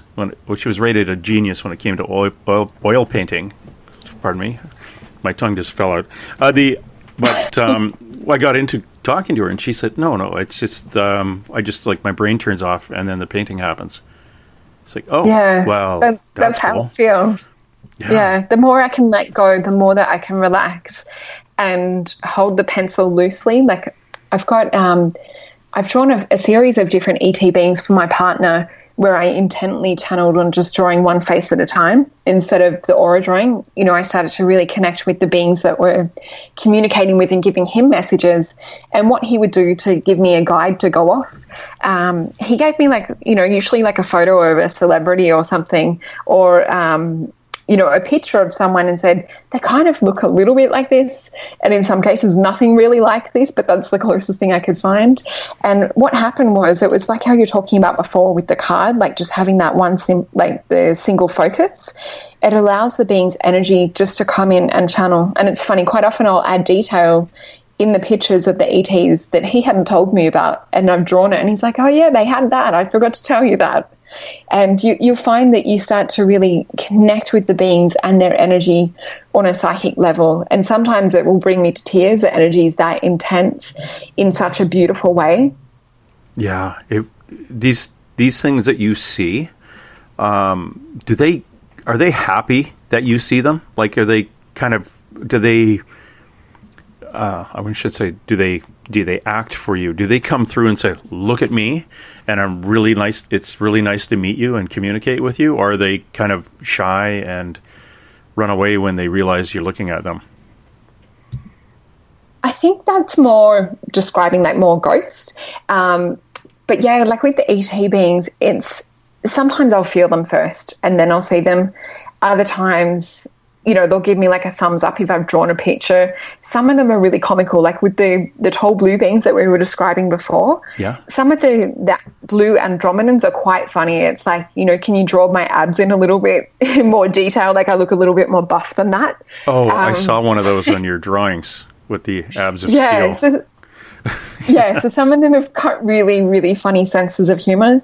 But yeah, I guess I haven't really thought about that, like whether they, you know, really want me to see them. I think because it's been something I've always done, so I've never stopped to question it. It's always just been, you know, there. I think as a child it was more wanting to turn it off and to shut it down and be able to go to sleep at night, because most of the time I didn't go to bed till after 2 a.m. It was like psychic hour and just, you know, so much energy. And it wasn't until I got older, and also having a partner helps, you know, to lay there and have a different focus of attention besides looking at everything in my room that's, you know, standing around my bed at nighttime. Oh, that's crazy. I've got a question from one of the fellows in the chat room. I know it's a little off topic, but he's asking if you're aware if the moon landings were fake or not. Oh, so my partner is probably more the one to, you know, to ask that sort of thing. His name's Peter Maxwell Slattery. He has his website, and he's also on Facebook. There's, I mean, different schools of thought. Like you watch the documentaries and then you go, I'm so sure that they're faked. You know, they say, I think it was said that Stanley Kubrick was the one who directed and filmed that. And then they say that that was done as a backup in case, you know, we didn't reach the moon on time. There is definitely, you know, when you look at the moon boots and then you look at the prints on the moon, they're totally different to the shoes that were said to have been worn. There's so many things that point to that perhaps we didn't land on the moon. So I can't really answer that one 100% for sure. I was wondering if you, as a psychic, could ask a guide. Yeah. See, that's the thing with this sort of thing. When there is a lot of information put out there, I find it harder to tune in to go, is it at 100%? Like, you know, I wouldn't say it's 100%. The majority part of me does feel like that it was faked, though. Okay. Or that perhaps that wasn't the first initial, you know, contact. Yeah, there was ET contact while they were there. Yeah. And it was broadcast. Yeah, and you can see that on some of the documentaries. Yeah. Oh. Yeah, but something doesn't feel authentic or truthful is the guidance that I get with that. Interesting. Because I've talked to a number of people who say, oh yeah, it was real. And that's where the first contact with, well, not the first contact, but they had contact with a bunch of little critters that were up there that have some bases. And there was some rules about where they were allowed to go and what they were allowed to say. I also find it interesting on a conspiracy level like with what the government does nowadays, and how much of it do we really get to know firsthand that they're going to do? Like, would they have really shared with the whole world that they were going, to send something into outer space? It just, we don't tend to find things out until after the fact. So I find that quite weird too. Well, when Columbus set sail, I think they had a big crowd out. It wasn't like a secret he was going. So, yeah. And plus, they're spending a lot of taxpayers' money. So the taxpayer probably wanted to know we're going to go to the moon because the Russians are going to go. So let's get her done. But, yeah. Anyway, you and I have a different opinion on that, young lady. Yeah. And on that, I may not. No, I'm kidding. We're coming up to the 7-minute break. I want you guys to come back with more from my special guest, who is all the way from the other side of the planet, where it's tomorrow. And if you'd like to go see her tomorrow, just tune in today. Okay, that doesn't make any sense at all. But but it's true. That's the creepy part about this. So Rita, it is actually true. You are talking to us from the future, and it's wonderful. That's true. That's Solreta Antaria. Go look her up, solretapsychicreadings.com, and we'll be right back with more from Sarita right after our lovely 7-minute stretch.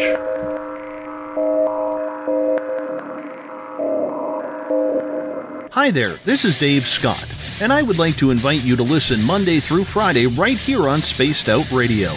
3 hours a night of the top stories with the top guests, ranging topics from UFOs to ETs, ghosts to Sasquatch, and everything in between. We are live every night, 9 p.m. Pacific, midnight Eastern. So come on in and take a listen at spacedoutradio.com. Spaced Out Radio will take you out of this world. Hi there, this is your psychic medium Joanna, and I would love it if you would join us every other Sunday on Spaced Out Weekend. With host James Tyson, we'll bring you personal psychic messages on 2 mediums and a large. Questions about love, life, career changes. We would love it if you would come and join us live. Call in and listen in for the experience. Allow us to open the doors to your other side. 2 mediums and a large, heard only on Spaced Out Weekend at spacedoutradio.com. Looking for news beyond the mainstream news? Head to spacedoutradio.com and check out the SOR Spacewire. This is Spaced Out Radio's Eric Markham, News Director for the SOR Spacewire. Daily, I will bring you intriguing stories and outlandish reports from what's going on around the world. UFO sightings, paranormal activity, conspiracies, alternative health, and so much more. And if you have news, email me at news@spacedoutradio.com. Attention Spaced Out Radio listeners. For only $5 a month, you can join Spaced Out Radio Space Travelers. Your membership at spacedoutradio.com will give you access to private fan area on the website, get you a monthly newsletter, draws for monthly swag, and a whole lot more. Sign up today to become a part of the Spaced Out Radio experience. Strange creatures lurking in the night, the sounds of wood knocking in the forest, odd happenings right out of a fictional world. These are the reports I love. Hi there, this is author Ronald Murphy, and I would love it if you join me and Spaced Out Radio host Dave Scott the second Wednesday of every month on our journey into the unknown land of cryptozoology at spacedoutradio.com. From Mothman to Frogman and everything in between. Hey, they don't call me the crypto guru for nothing. Greetings and salutations, space travelers, from the Chronicles of the Unknown team. What is Chronicles of the Unknown? I keep hearing about this thing. It's a new paranormal reality TV show based right here in beautiful British Columbia, Canada. Follow our team as we uncover claims of activity on the Caribou Gold Rush Trail. You can also follow us here every third Monday, where 2 members of our team will be available to answer your questions. We'll give you some equipment updates and some of our experiences on the road, right here on Spaced Out Radio. For over 40 years, the Purple Energy Plates have been delivering amazing results for their many customers. Inspired by the great genius Nikola Tesla, the harmony, healing, and energetic effects of the plates have proven over and over to be beneficial and often miraculous to thousands of customers. With their money-back guarantee and the many benefits, How can you afford not to get one? Check their site for daily specials and choose from their many energy products. You won't be sorry. Visit them today at purpleplates.com for mind, body, and spirit, and expect a miracle. Patrolling the Pacific Northwest, we are always on the lookout for the strange and unassuming stories that real people are experiencing. Hi, I'm Vincent Zunza from Pacific North Weird. Me and Alexandra Sullivan have teamed to bring to you those odd stories that never seem to make it into the mainstream. Stories so weird that will leave you scratching your head wondering, is this real? It's as real as it gets with Pacific North Weird. You can watch our videos right here at spacedoutradio.com. Find yourself constantly looking up in the sky, looking for answers? Have you had extraterrestrial contact? Are you an abductee? Looking for answers to your experiences? Hi there, I'm R. Keith Andrews, Spaced Out Radio's resident ET expert. Join me live the first Friday of every month where I take questions from the Spaced Out Radio chat room and help you understand those from the far-off world. It's 2 hours of knowledge every experiencer should listen to. Hope to see you there.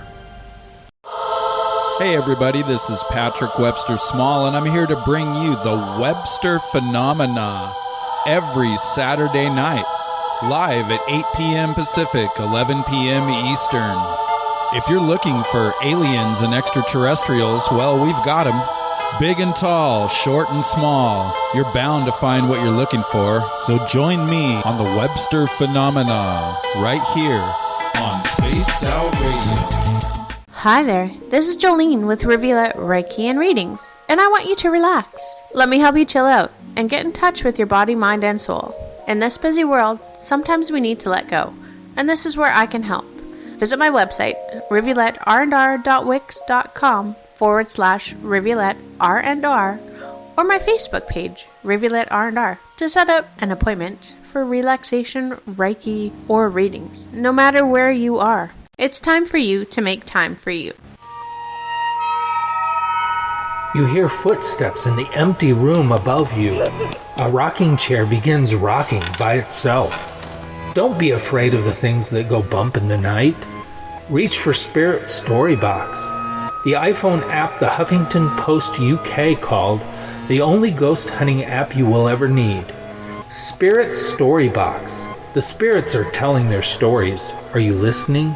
Every month on Spaced Out Radio, we look into the deep and dark reports of cryptids roaming around the world with me, Rob Morphy from Cryptopia.us. I would love it if you would join me and host Dave Scott as we delve into the most arcane stories and reports regarding creatures of the unknown. My job is to hunt down the details and bring the evidence forward to you. These aren't your regular Bigfoot stories I'm talking about either. You can find out more about crypto history at spacedoutradio.com. Tonight's edition of Spaced Out Weekend is brought to you by spacedoutradio.com, where you can now sign up to become a Space Traveler member. Now, for the final time tonight, here's Spaced Out Weekend's James Tyson. Welcome back, everybody, to Spaced Out Weekend. I am with Solreta Antaria. She is a wonderful psychic, a ET communicator, communicator. It's when you can't say the word communication. Is that a problem? Communicator. She is an experiencer, and she is down in the wonderful city of Melbourne, and we're talking to her tomorrow. If you guys have signed up for the SOR Space Travelers Club yet, it's $5 a month via PayPal, and with that you get your name entered into a monthly draw. We had one last night, and somebody won something very cool. Allegedly, Dave wouldn't tell me what it was because it's probably coming out of my paycheck, like I get paid. You get access to special sections on our website and much more, and that's what we're doing for you. It's that $5 a month plus. I've got a pile of books here I still have to mail out. So sorry, people who have already got these books. I think I've got 30 or 40, and about 7 or 8 of them I've got to hit the mail this week. And while you're at spaceoutradio.com, you can read our latest blogs and check out Eric Markham's SOR Spacewire for your latest in weird news. Also, if you are an experiencer and want us to investigate it, go to the SOR sightlines and fill out a form, and we'll have one of our investigators, in fact, we'll get Mike Smith, who files through these things. He'll look at them and get back to you with your information. It's all 100% confidential. And again, we'd like to thank all those people out of New Orleans listening to us at 107.7 FM and their listener from 1 million countries around the world.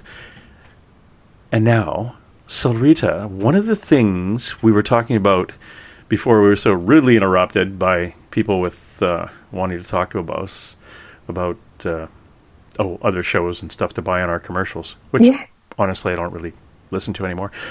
We were talking about your hypnotherapy, ET and UFO regressions, aura drawings, and psychic readings, which I thought was great because I've actually posted a link to one of those pages for our Spreaker chat room. I'm absolutely intrigued with your life. You speak or experience the Syrian star language. Tell our listener exactly what the heck is the Syrian star language. Yeah, so Syrian star language for me relates to the star system Sirius. And it was when I started to really get bigger visions of this blue star come through, like when I would do the language, when I started to do it openly. It was something that I remember speaking not to anyone when I was younger. You know, my guides would say, you know, people will think you're a crazy person, you'll get locked up. But as a kindergartner, you know, you don't really understand what get locked up means. You more understand, okay, I just won't do it because it will be weird. And it was when I was about 21 and I was helping out get a college up and going, a vibrational healing college in the city here in Melbourne, that I met other people that could speak star language as well. I met other people that identified with being more ET, and we started to communicate openly. Prior to that, it was something that I would just do in the shower or while I was driving, and it would feel like a feeling of like me being more connected with my higher self, or more being, I guess I associate more with being more ET than I do human. So it actually felt like me being more myself than ever when I connect with this star language. Other things that you can experience, like with hearing it and feeling it or even speaking it, if you speak ET language yourself to anyone out there, is you can feel like you have like upgrades or downloads of information, or you can feel like energetically different things are going on around you. So it's a language that's understood empathically. So when people, are going to listen to my star language album, or, we're at a Skywatch and I'm doing star language, I always say to them, this isn't a language that's translated word for word. This is one that's felt in the body and in the spirit. So it's to kind of clear your mind, go into like a meditation. And, if you do get any messages come up, whether they're like, something you're hearing, something you're seeing, or something you're feeling, that means something to you. And quite often people will translate or experience the same message. So back in Australia, I think it was in 2005, I was on a TV show called Speaking in Tongues, that was a show investigating different paranormal things, but more like around the religious side of speaking in tongues and, different psychic phenomena and indigo children, that side of things.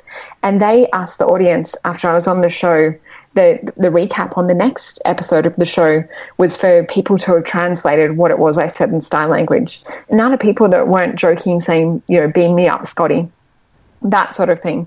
86% of people actually translated what I said and translated the message, which freaked the hell out of the people producing the show, because, they had authenticated it.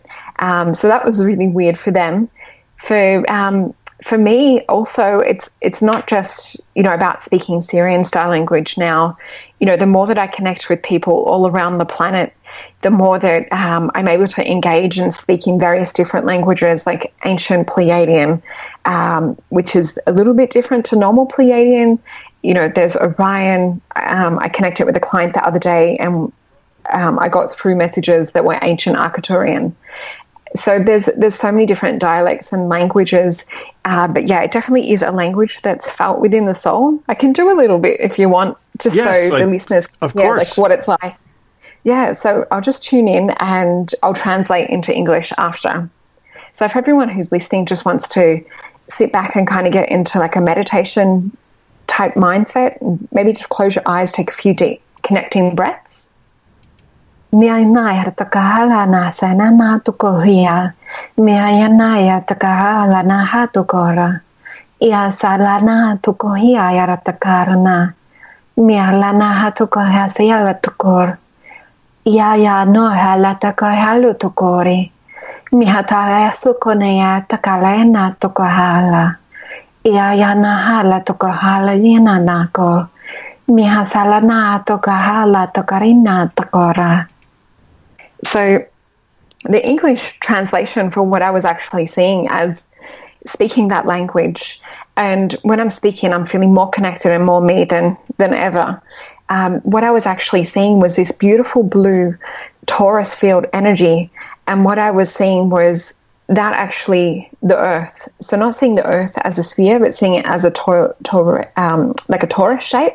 And it was talking about like the earth actually, working towards becoming a celestial being in her own right. So it was talking about in order for us to usher and help this transition, with the earth, that we need to sort of stay at that level of vibration ourselves and really raise ourselves to being more like a celestial or more like a conscious being. And that will help the transition of the earth doing the same. Does that make sense? It does. Now, did you have to actually think of what to say, or did that just come to you? No, it all just like free flows. So it feels a lot easier to me than Earth language, where I have to kind of think about what I'm going to say.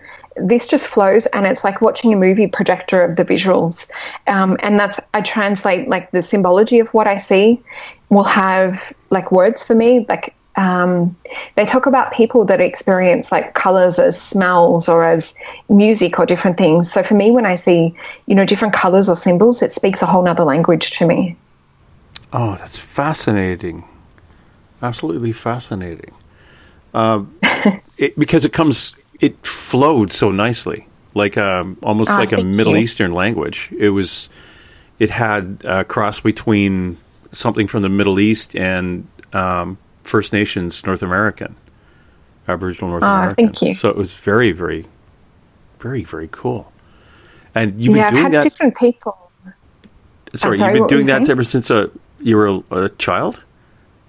Yeah, so only openly to other people since about 21, because I just, my guides would always say it's not the right time now, and just, more as a protection thing for me, because even when I did come out on, national TV here in Australia, I was only 24 years old, and that was a lot, like to take on, different comments and, people kind of put you on a pedestal. Some want to worship you and, make you out to be some kind of goddess or something. And others, will think it's more like an anti-religious thing, or, that it's like trying to scam people. And so it took a lot for me to have to, I guess, put up with that sort of side of things, because, at the age of like early 20s, it's easy to see the negative comments or negative things stand out more than the positive, even though there might be so much more positive. I think that's one thing that we get with age, is we learn to like toughen up. So nowadays, like on my YouTube channel, I don't have comments up, and my partner doesn't either, because we can't be bothered putting up with the the BS that comes with some people just wanting to be nasty. But yeah, most of the time, like when I do get comments, emails, people connect with me on Facebook, pretty much like 100% of the time it's positive messages, and it's really, beautiful things. And it might be them telling me of an experience that the star language might have triggered for them, or just even telling me about, an experience they've had. But I've had people from around the world talk about that it feels familiar to them. or it awakens something within them. Other commonalities people experience is almost like the floor falling out from underneath them. It looks like they're standing in space when they're listening to it. I've had people from Hawaii tell me that it sounds like, their grandmother's mother dialect.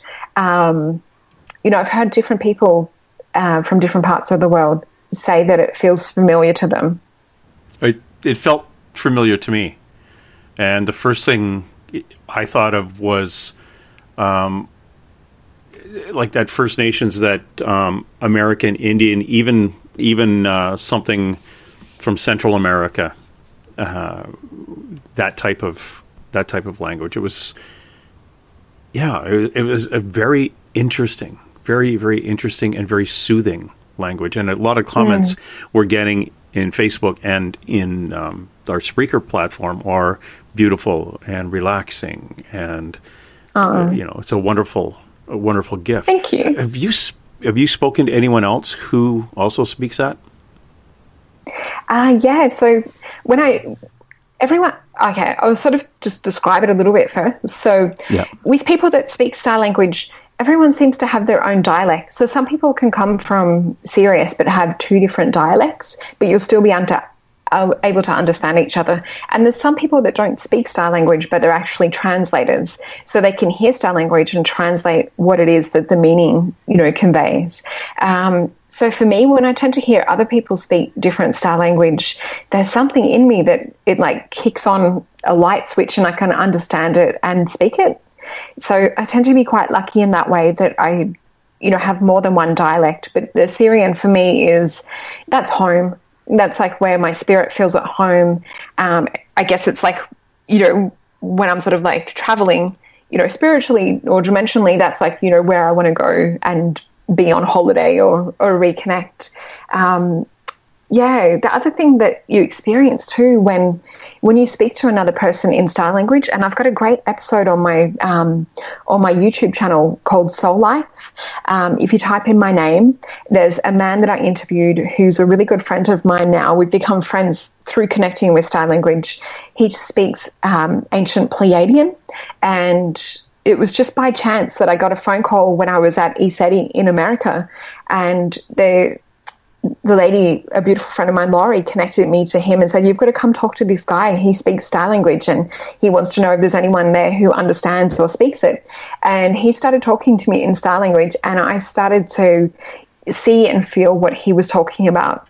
And what happens when you're speaking to someone else and it's like you're both in this bubble, or you're both transported off-world.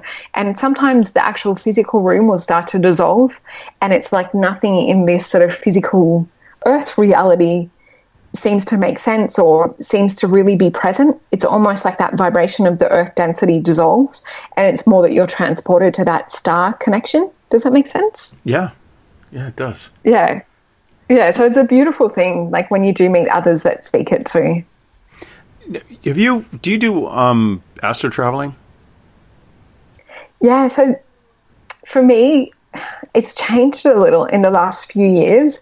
It seems to be that Rudolf Steiner, he talks about, he was a writer from, I'm not sure exactly what date, it was a long time ago. He was also a student of Madame Blavatsky. He talks about in his book, How to Know the Higher Worlds, that when we're dreaming, the aim is to become as conscious in the dream world as what we are in the physical.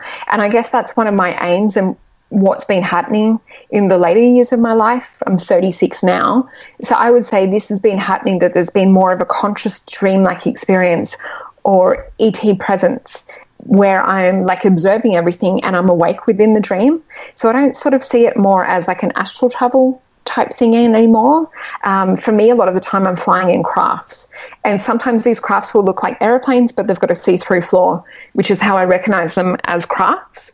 And we'll be going to different various places, sometimes off-world, sometimes, different places. Like I've traveled to America in those experiences, and this was before I even set foot there.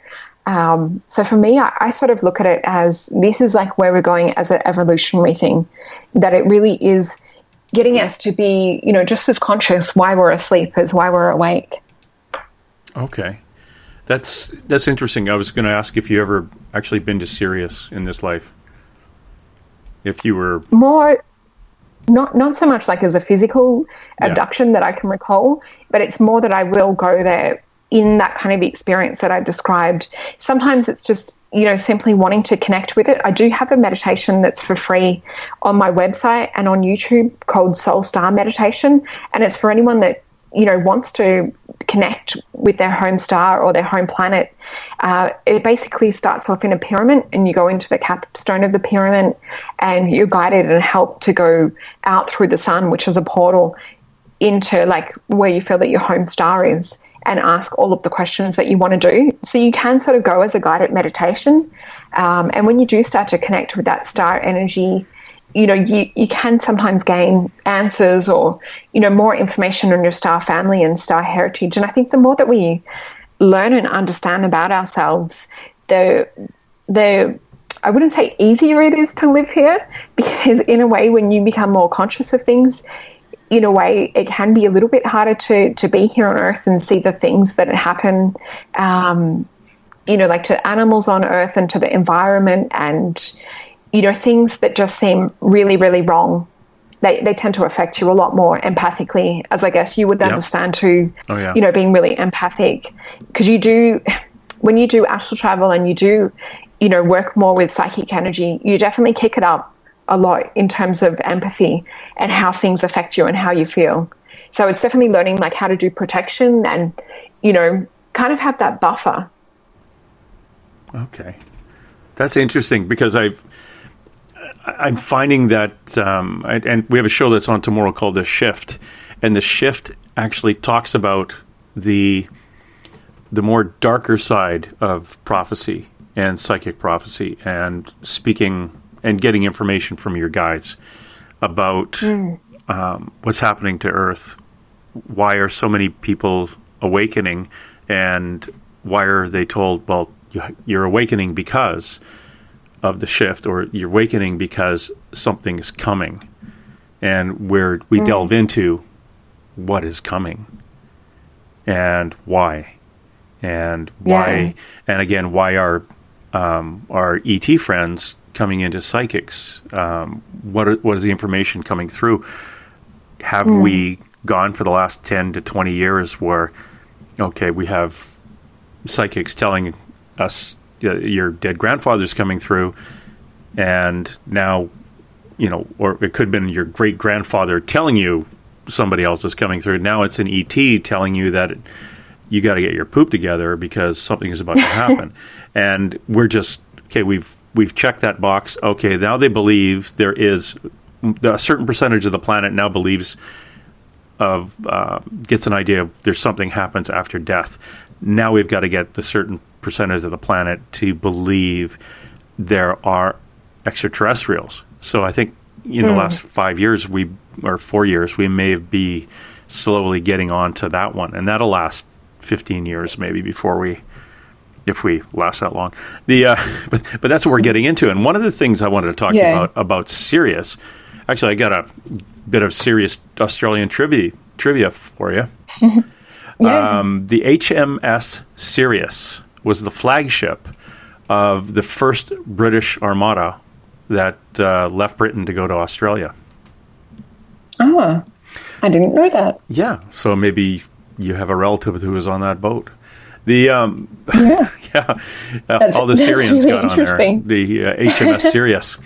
Yeah, but Sirius, that nice little cluster of Sirius A and Sirius B, that is where the planet, which is known as Planet X, is alleged to originate from. Are you aware of that?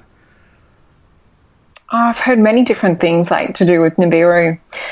It's not something that I've looked into like on a psychic level because there's so much information out there. Again, I really just look at like where I'm interested. And for me, it's really about like the one-on-one helping clients and working with them and their guides. I feel like, I guess, like my mission is to, help connect and help awaken people in that way. And it's funny, like even like we're having this conversation now, I still get messages from my guides and different things. Yep. And like what they've been sort of talking about to me, kind of going on in the side background for the last 10 minutes, is talking about like the rebellious spirit. So a lot of our starseeds and I guess, people that are here to help, steer the planet in a certain direction, in a way we're rebellious spirits, in the sense that, we don't really give a crap what other people think about us. It's not everyone would ask to see UFOs or ETs to then have to speak about it because they wouldn't want to appear crazy. There's something that's in myself and in my partner Pete and a lot of other experiencer friends that we have worldwide, where it's like you feel compelled. You feel that it's your job, it's your mission to speak up on this side of things, to awaken people to this. Even when I was younger and I did start to speak about it, in high school, I really didn't care what people thought of me. It didn't matter that I was like the weird one or anything like that, because I didn't want to have to lock down and not live my truth. Oh, right. It's one of those things. It's like my divination that I've kind of decided that, or I'm feeling, is I have to go out and identify other empaths. I don't have to prove that a ghost exists or Bigfoot exists. My job is my path is to find people who don't know what an empath is, show them what an empath is, let them understand it, spin them around and push them off, and you go research it, you go do your thing. And that's awakening people. Yeah, or just a lot of these people are awake. They just don't know what that is. And it's connecting them. It's connecting that grid. Yeah. And that's what I do. And your path is to connect personally with people on from like the readings, meditations, hypnotherapy and psychic drawings.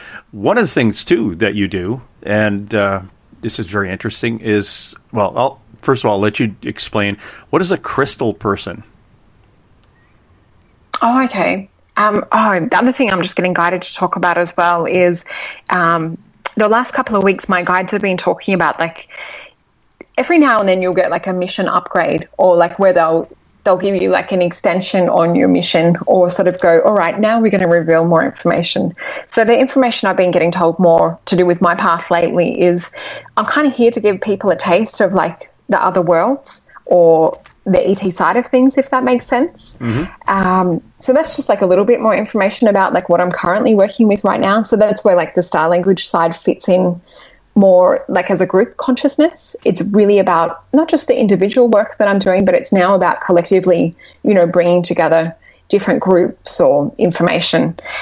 So to do with the crystal people question, there is, in terms of like, do you mean like in terms of like the indigo children, crystal children, that side of things? Or do you mean like crystal people as in like people that are existing on another vibration that are kind of like a different density to us?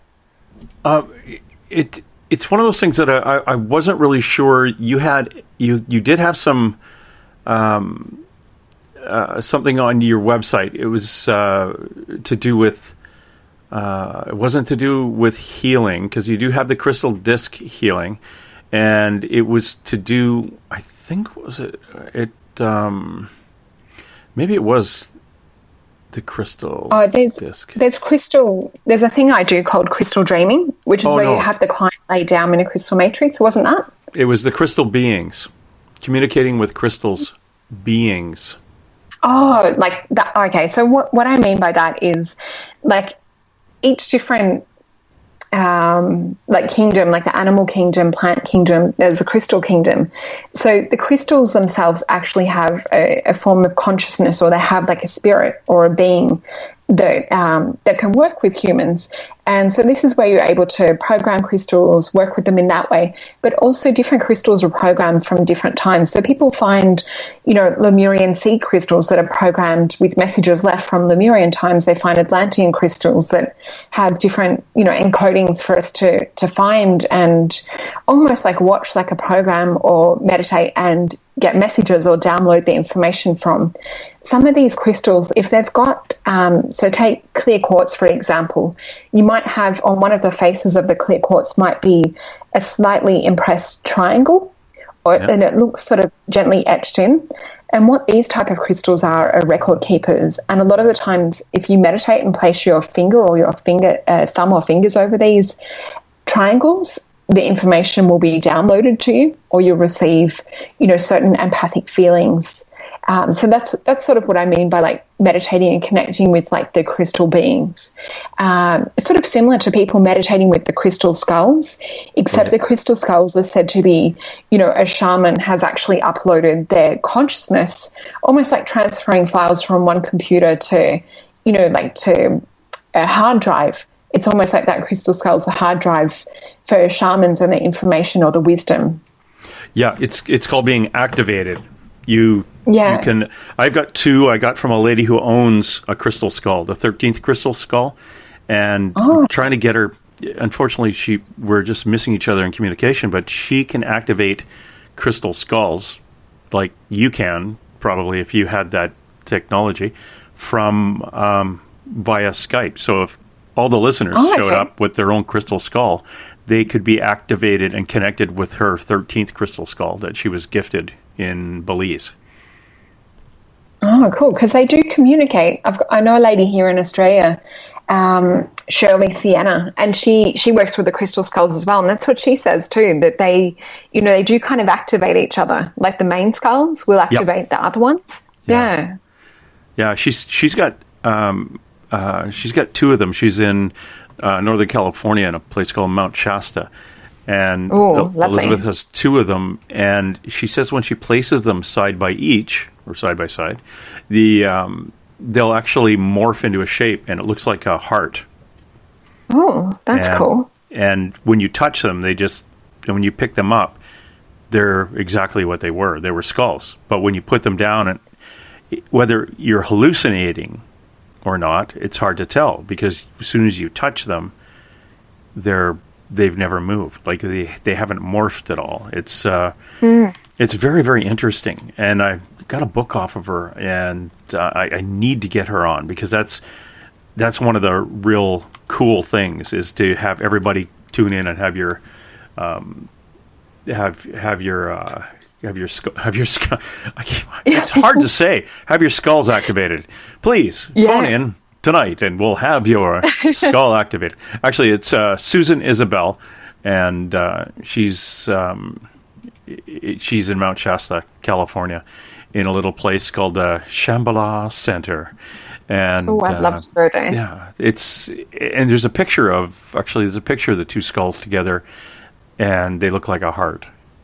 So I guess you can take a picture of them. So maybe but when you touch them, they go back to their regular shape. That is really weird. Oh, and I've just been reminded too, with working with like the actual consciousness of the crystals, you'll sometimes find that like clearer crystals like quartz and amethyst and rose quartz will start to develop like rainbows within them. The more that you work with them, the more that you see the crystal come to life. And sometimes you'll experience, like I've had celestial crystals, sometimes fracture or have little breaks, and they'll self-repair or self-heal. But yeah, I've noticed that some of my crystals lately are getting more rainbows in them. So sometimes it's that way that they're calling you for attention to come and meditate with them too. That is really very, very interesting. Or they're just almost like self-activating when it's that specific time in your life to move on. They're kind of waiting. They're sitting there dormant, and all of a sudden there's a point on your path where they're going to click in. That's interesting. Do you have a lot of them, or do you have a couple? Yeah, no, I do. And it's funny going up to meet my partner, Pete, for the first time. I'm in this giant crystal warehouse in Melbourne before I go, just picking out a few new babies. And I hear one of my guides say, you've got to go into that big barrel of quartz and pull out a piece or a crystal to take up to Pete. And I pull it out and I look in my hand, and I felt like my guides were playing a joke on me, because the crystal that I pulled out was like a tantric twin quartz, which is like a soulmate quartz. And I'm like, okay, so I'm supposed to go and give this to a stranger that I've never met before.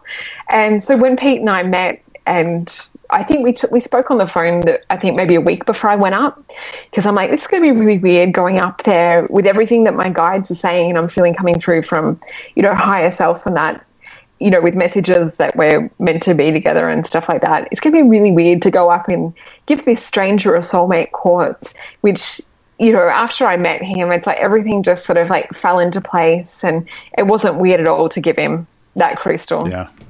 It's just that, what am I doing? How am I going to think this? Like, what is going on here? And are you, am I being too forward to say you are my soulmate? Just so you know. And he's looking at you like, oh, what time does the bus leave? Yeah, this lady's insane. Yeah. Luckily, he's the same sort of insane. Same sort of crazy. And that's good. That's good. Everybody else on the planet is crazy except you two, which is how my life is led. Tell me a little bit more about all the things that you've done. And, well, I shouldn't get you to, you're way over 15 years old now, so it would take us a long time. But yes. You've been working with angels, ascended masters, ETs, spirit guides. Describe what to you and to my listener, what is an angel to you? Yeah, so I guess... the first thing that's coming to mind is when my daughter, she's 16 now, when she was about 6 months old, she was sitting on the floor playing, and I look at her looking up at something, and there's this tall, beautiful, angelic being standing there just radiating gold, and then as soon as I focus on it, it disappears. So that's sort of like more the typical angel. As I've gotten older and things have progressed and I've started to understand a bit more, which is probably only a drop in the ocean to what's actually really going on out there, there's different angelic beings that are more like galactic angelic. So some of the Andromeda beings are galactic angelic, which is like another vibration of angels again, but there's like many different forms and facets. And the galactic angelics connect more to like geometric realms, which are different vibrational realms that don't have the same physical density as us. So that's kind of how I would describe angelics. It's not sort of like your average, type of angelics, although I do still work with like Archangel Michael and, a few of the different angels. And I do still associate like part of myself as having like an angelic influence, as part of my spirit energy. Yeah. Not fully ET, but like I have some angelic being as well. Oh, wow. See, I kind of describe them as, oh, look, I have a question popped up here. Well, I asked the guest, you ask her then if she's ever heard of speaking in tongues.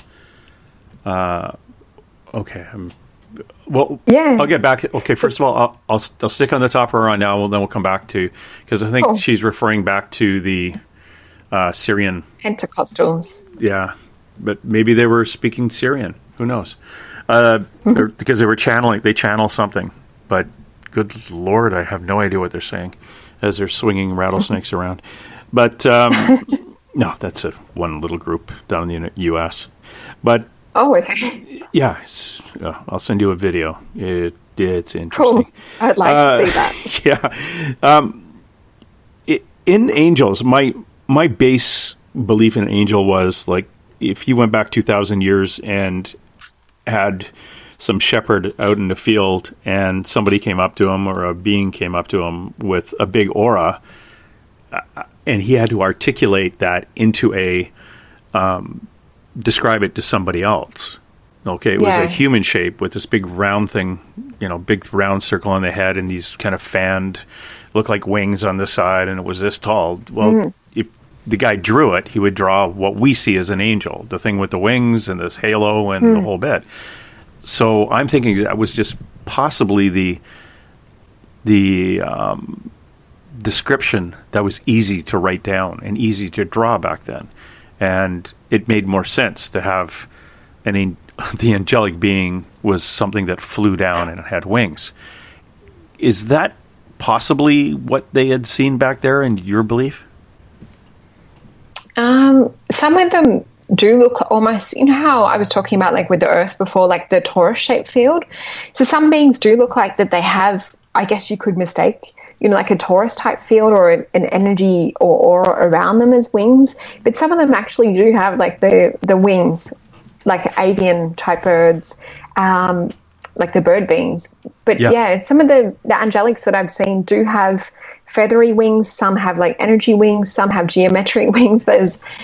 I'm always surprised and I'm always learning something new, you know, with especially during the aura drawings. It's like just, you know, like I've seen big bubblehead grey ETs appear in like a Happy Days type college sweater. And then when I drew it and spoke to my client, she's freaking out because that being had appeared in her house literally like 2 days before. Oh, for crying out loud. Really?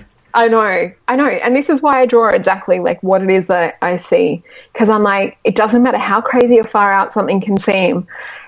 It's like my job is just to bring the message through in the pure way that I've got it and not to distort it or go, that's too weird, I'm not going to tell them that.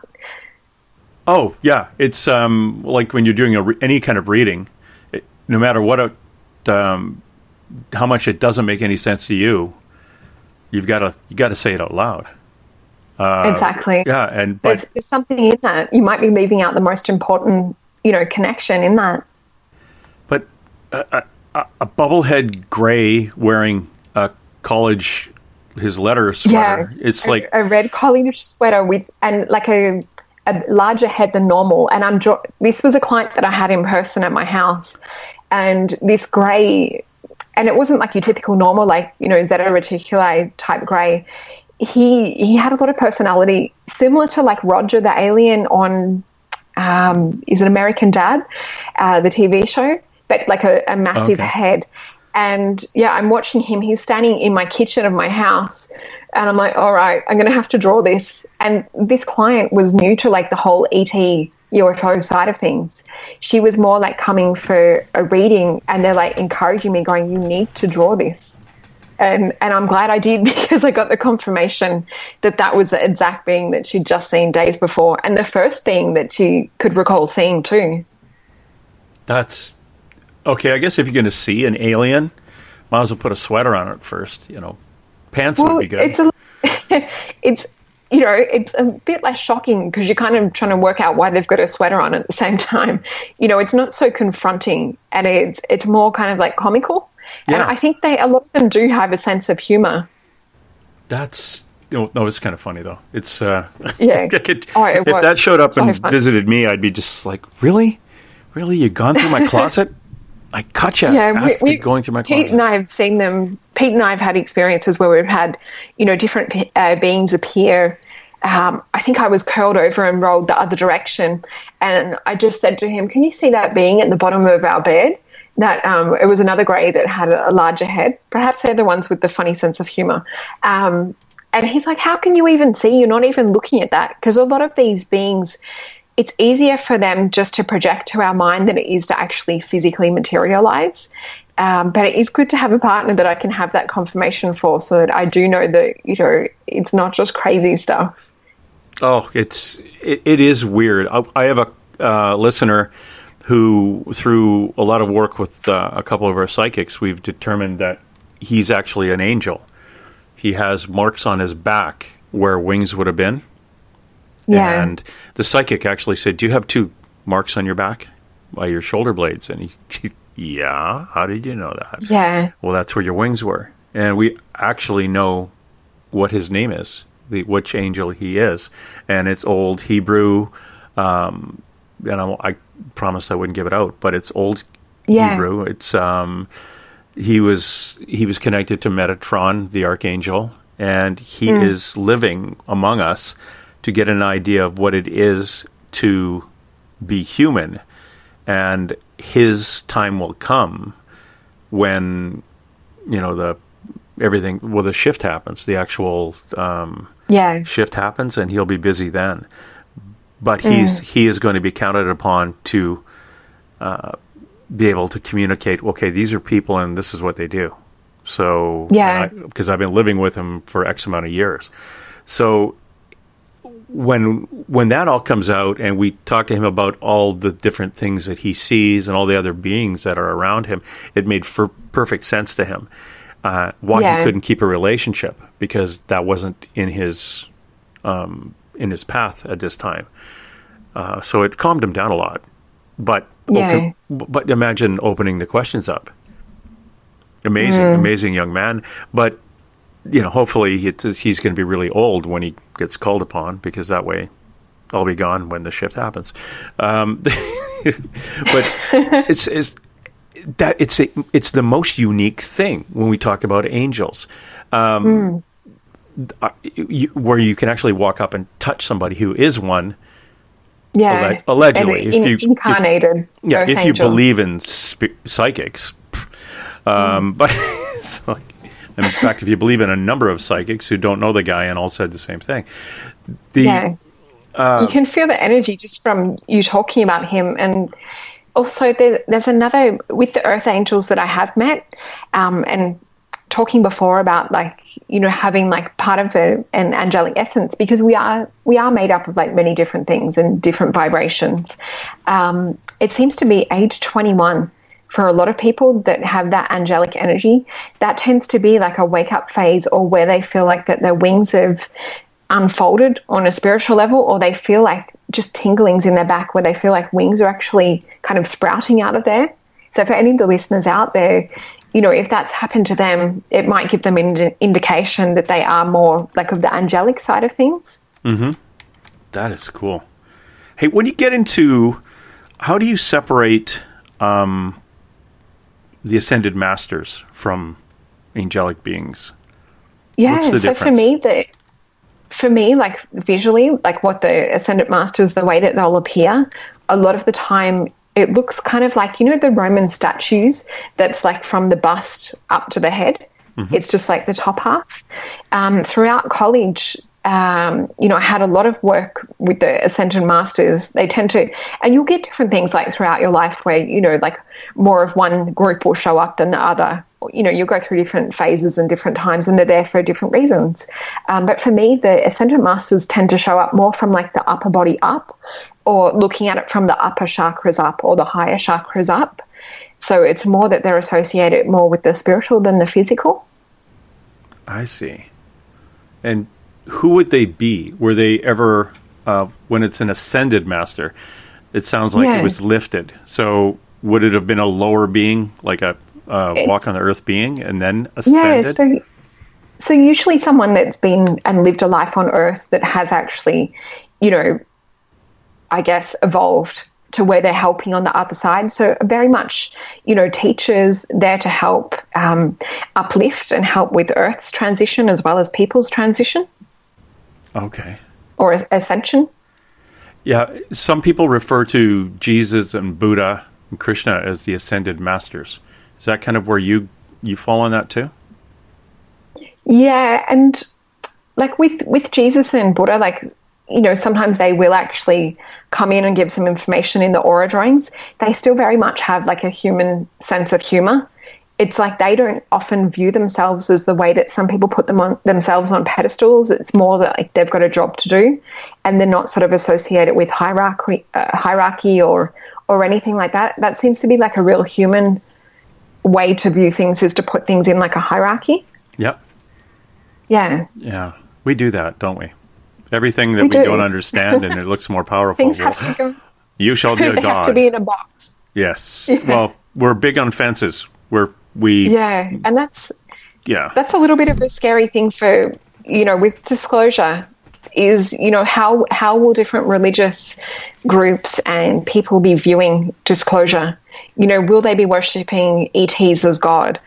And, which ETs, will have disclosure first. And so there's a lot sort of up in the air timeline-wise with Earth's future. I totally agree, and I think it's, I don't think the lack of disclosure is a conspiracy. I think it's a policy. It's a policy based on holy cow, yeah, there are 2 or 3 million people in the U.S., let's say, out of 330 million people, there's 5 or 6 million people who says, yeah, we want to know about it. We don't want disclosure now. But it's the other people who are afraid of, Syrian children being moved into their communities. You know, we're gonna add a bunch of grays and blues and other things. You're gonna have bunkers built all over the place, and it's gonna be crazy. But it's just because a lot happening right now in the US, isn't there? Yeah, it's actually too busy for anything else to happen down there. One of the questions we had in from the chat room from Matt was wondering. He asks, the ones with the white feathers, and we're going back to angels here, the ones with the white feathers, what separates them from the other beings that you refer to as angels? Yeah, so the ones with the white feathers, people talk about sometimes, like feeling like they want to ask a question or, need guidance or confirmation or need a sign, or they're really wanting to ask, for help, like, in a supernatural sense.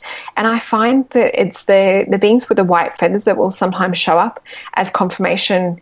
Sometimes you might even find a white feather on your path just to let you know that you're on the right track or to look deeper into something. So I feel like they are the ones that, are more kind of like here to hold our hands, or to kind of like, the word that they're giving me right now is like parent us, in the way that your parent would sort of like, be a guide to you and, kind of like encourage you in a loving sense. Okay. So would these be the ones that would be our quote unquote guardian angel? Yeah, some would say guardian angel. Other people describe the golden angels as the guardian angel, like a golden solar angels. Some people will talk about a golden solar angel also being like a part of your higher self. So it's almost like that guidance is coming from you too. Okay. So this is why I like to work with each person individually too, because sometimes there is differences, like how we were talking about before with the blue beings. It's like not every blue being will come from Andromeda or from Orion or Arcturus.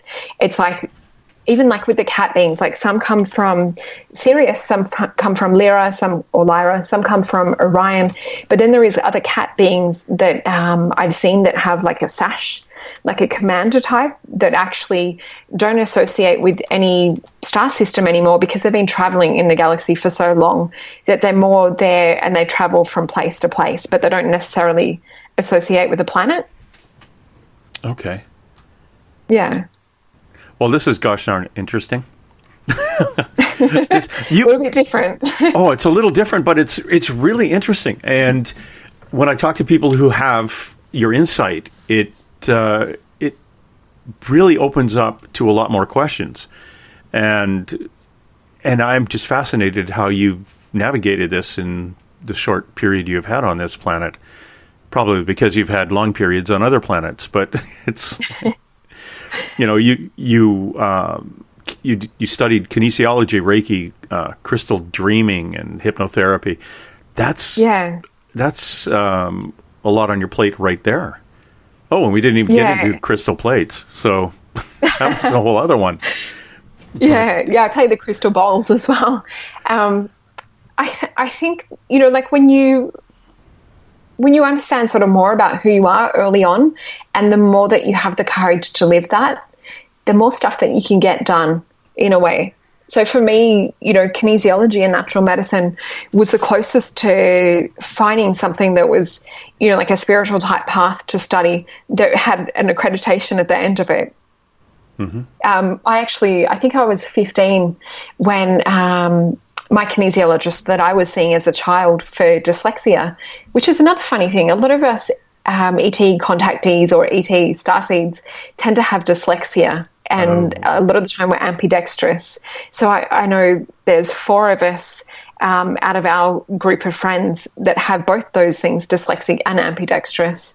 My partner Pete is one of them as well.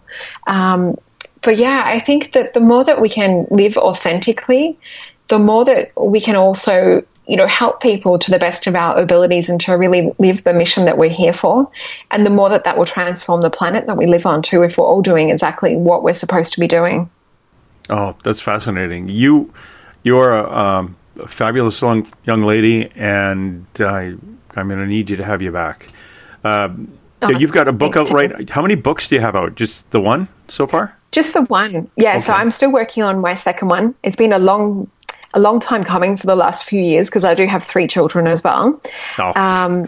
But yeah, the next one will be more on healthy eating and like a vegan lifestyle and psychic senses, and how, through vibrational eating, we're able to attune the psychic senses and work more with these different vibrational realities that exist. Oh, very cool. So if the listener wants to go to your, go look up your present book, it's Soul Star. It's a summary of many it is quite a summary of stuff, a lot of the information that you've put together. And acupuncture points for activating the psychic senses, things like that. So there is practical things in there as well. So if a friend of mine wants to activate their psychic senses, I just need a bunch of needles and buy your book and off we go. Maybe not start with the needles. Maybe just pressure. Alrighty. And Solreta, what is your YouTube channel? Yeah, so even just putting my name into YouTube will bring my YouTube channel up. So just Solreta Antaria. Solreta Antaria. Yeah. Which is so Sol like cool. The sun in front of Rita. So Solreta. And that is the same Solreta, psychicreadings.com. She is a awesome young lady, and really happy to have you back. And give Peter a heads up, because I may be calling him. And I will drag Thank a couple you so hours much for out of his having afternoon. Oh, it's an absolute pleasure. Love to have you. And thanks everybody out there for listening. And tune in tomorrow night for The Shift with Skeeter and the darker side of prophecy and where we're going. Because Solreta kind of lit us up a bit. Thanks again, Solreta. Thanks so much, James. Lots of love to you. Okay.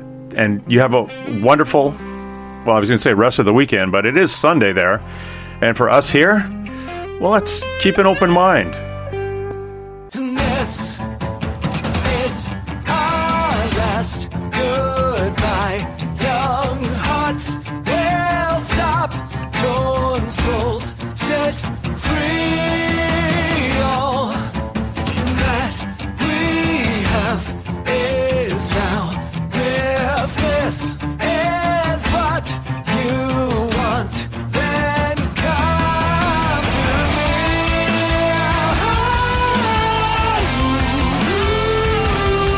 All right, that's it. Let's roll. And hey! Let's be careful out there. Far over the snow, what are those voices? They sing and they go, what are those voices? Look over the mountain, because somebody died, somebody better hide on through the hill, like a pack of angry wolves on the trail. We are after you, dead or alive. We are out to get you, dead or alive. And forget your soul. If you're the one, better run away. Son, you are done. Throw your gun away. Here come the Mounties to get the man they're after now. Run through the hill like a pack of angry wolves on the trail. Dead or alive, we are out to get you, dead or alive. If you're the one, better run away. Son, you are done. Throw your gun away. Here come the Mounties to get the man they're after. No. I see dead people. I'm sorry, Dave. I'm afraid I can't do that. Dave's not here!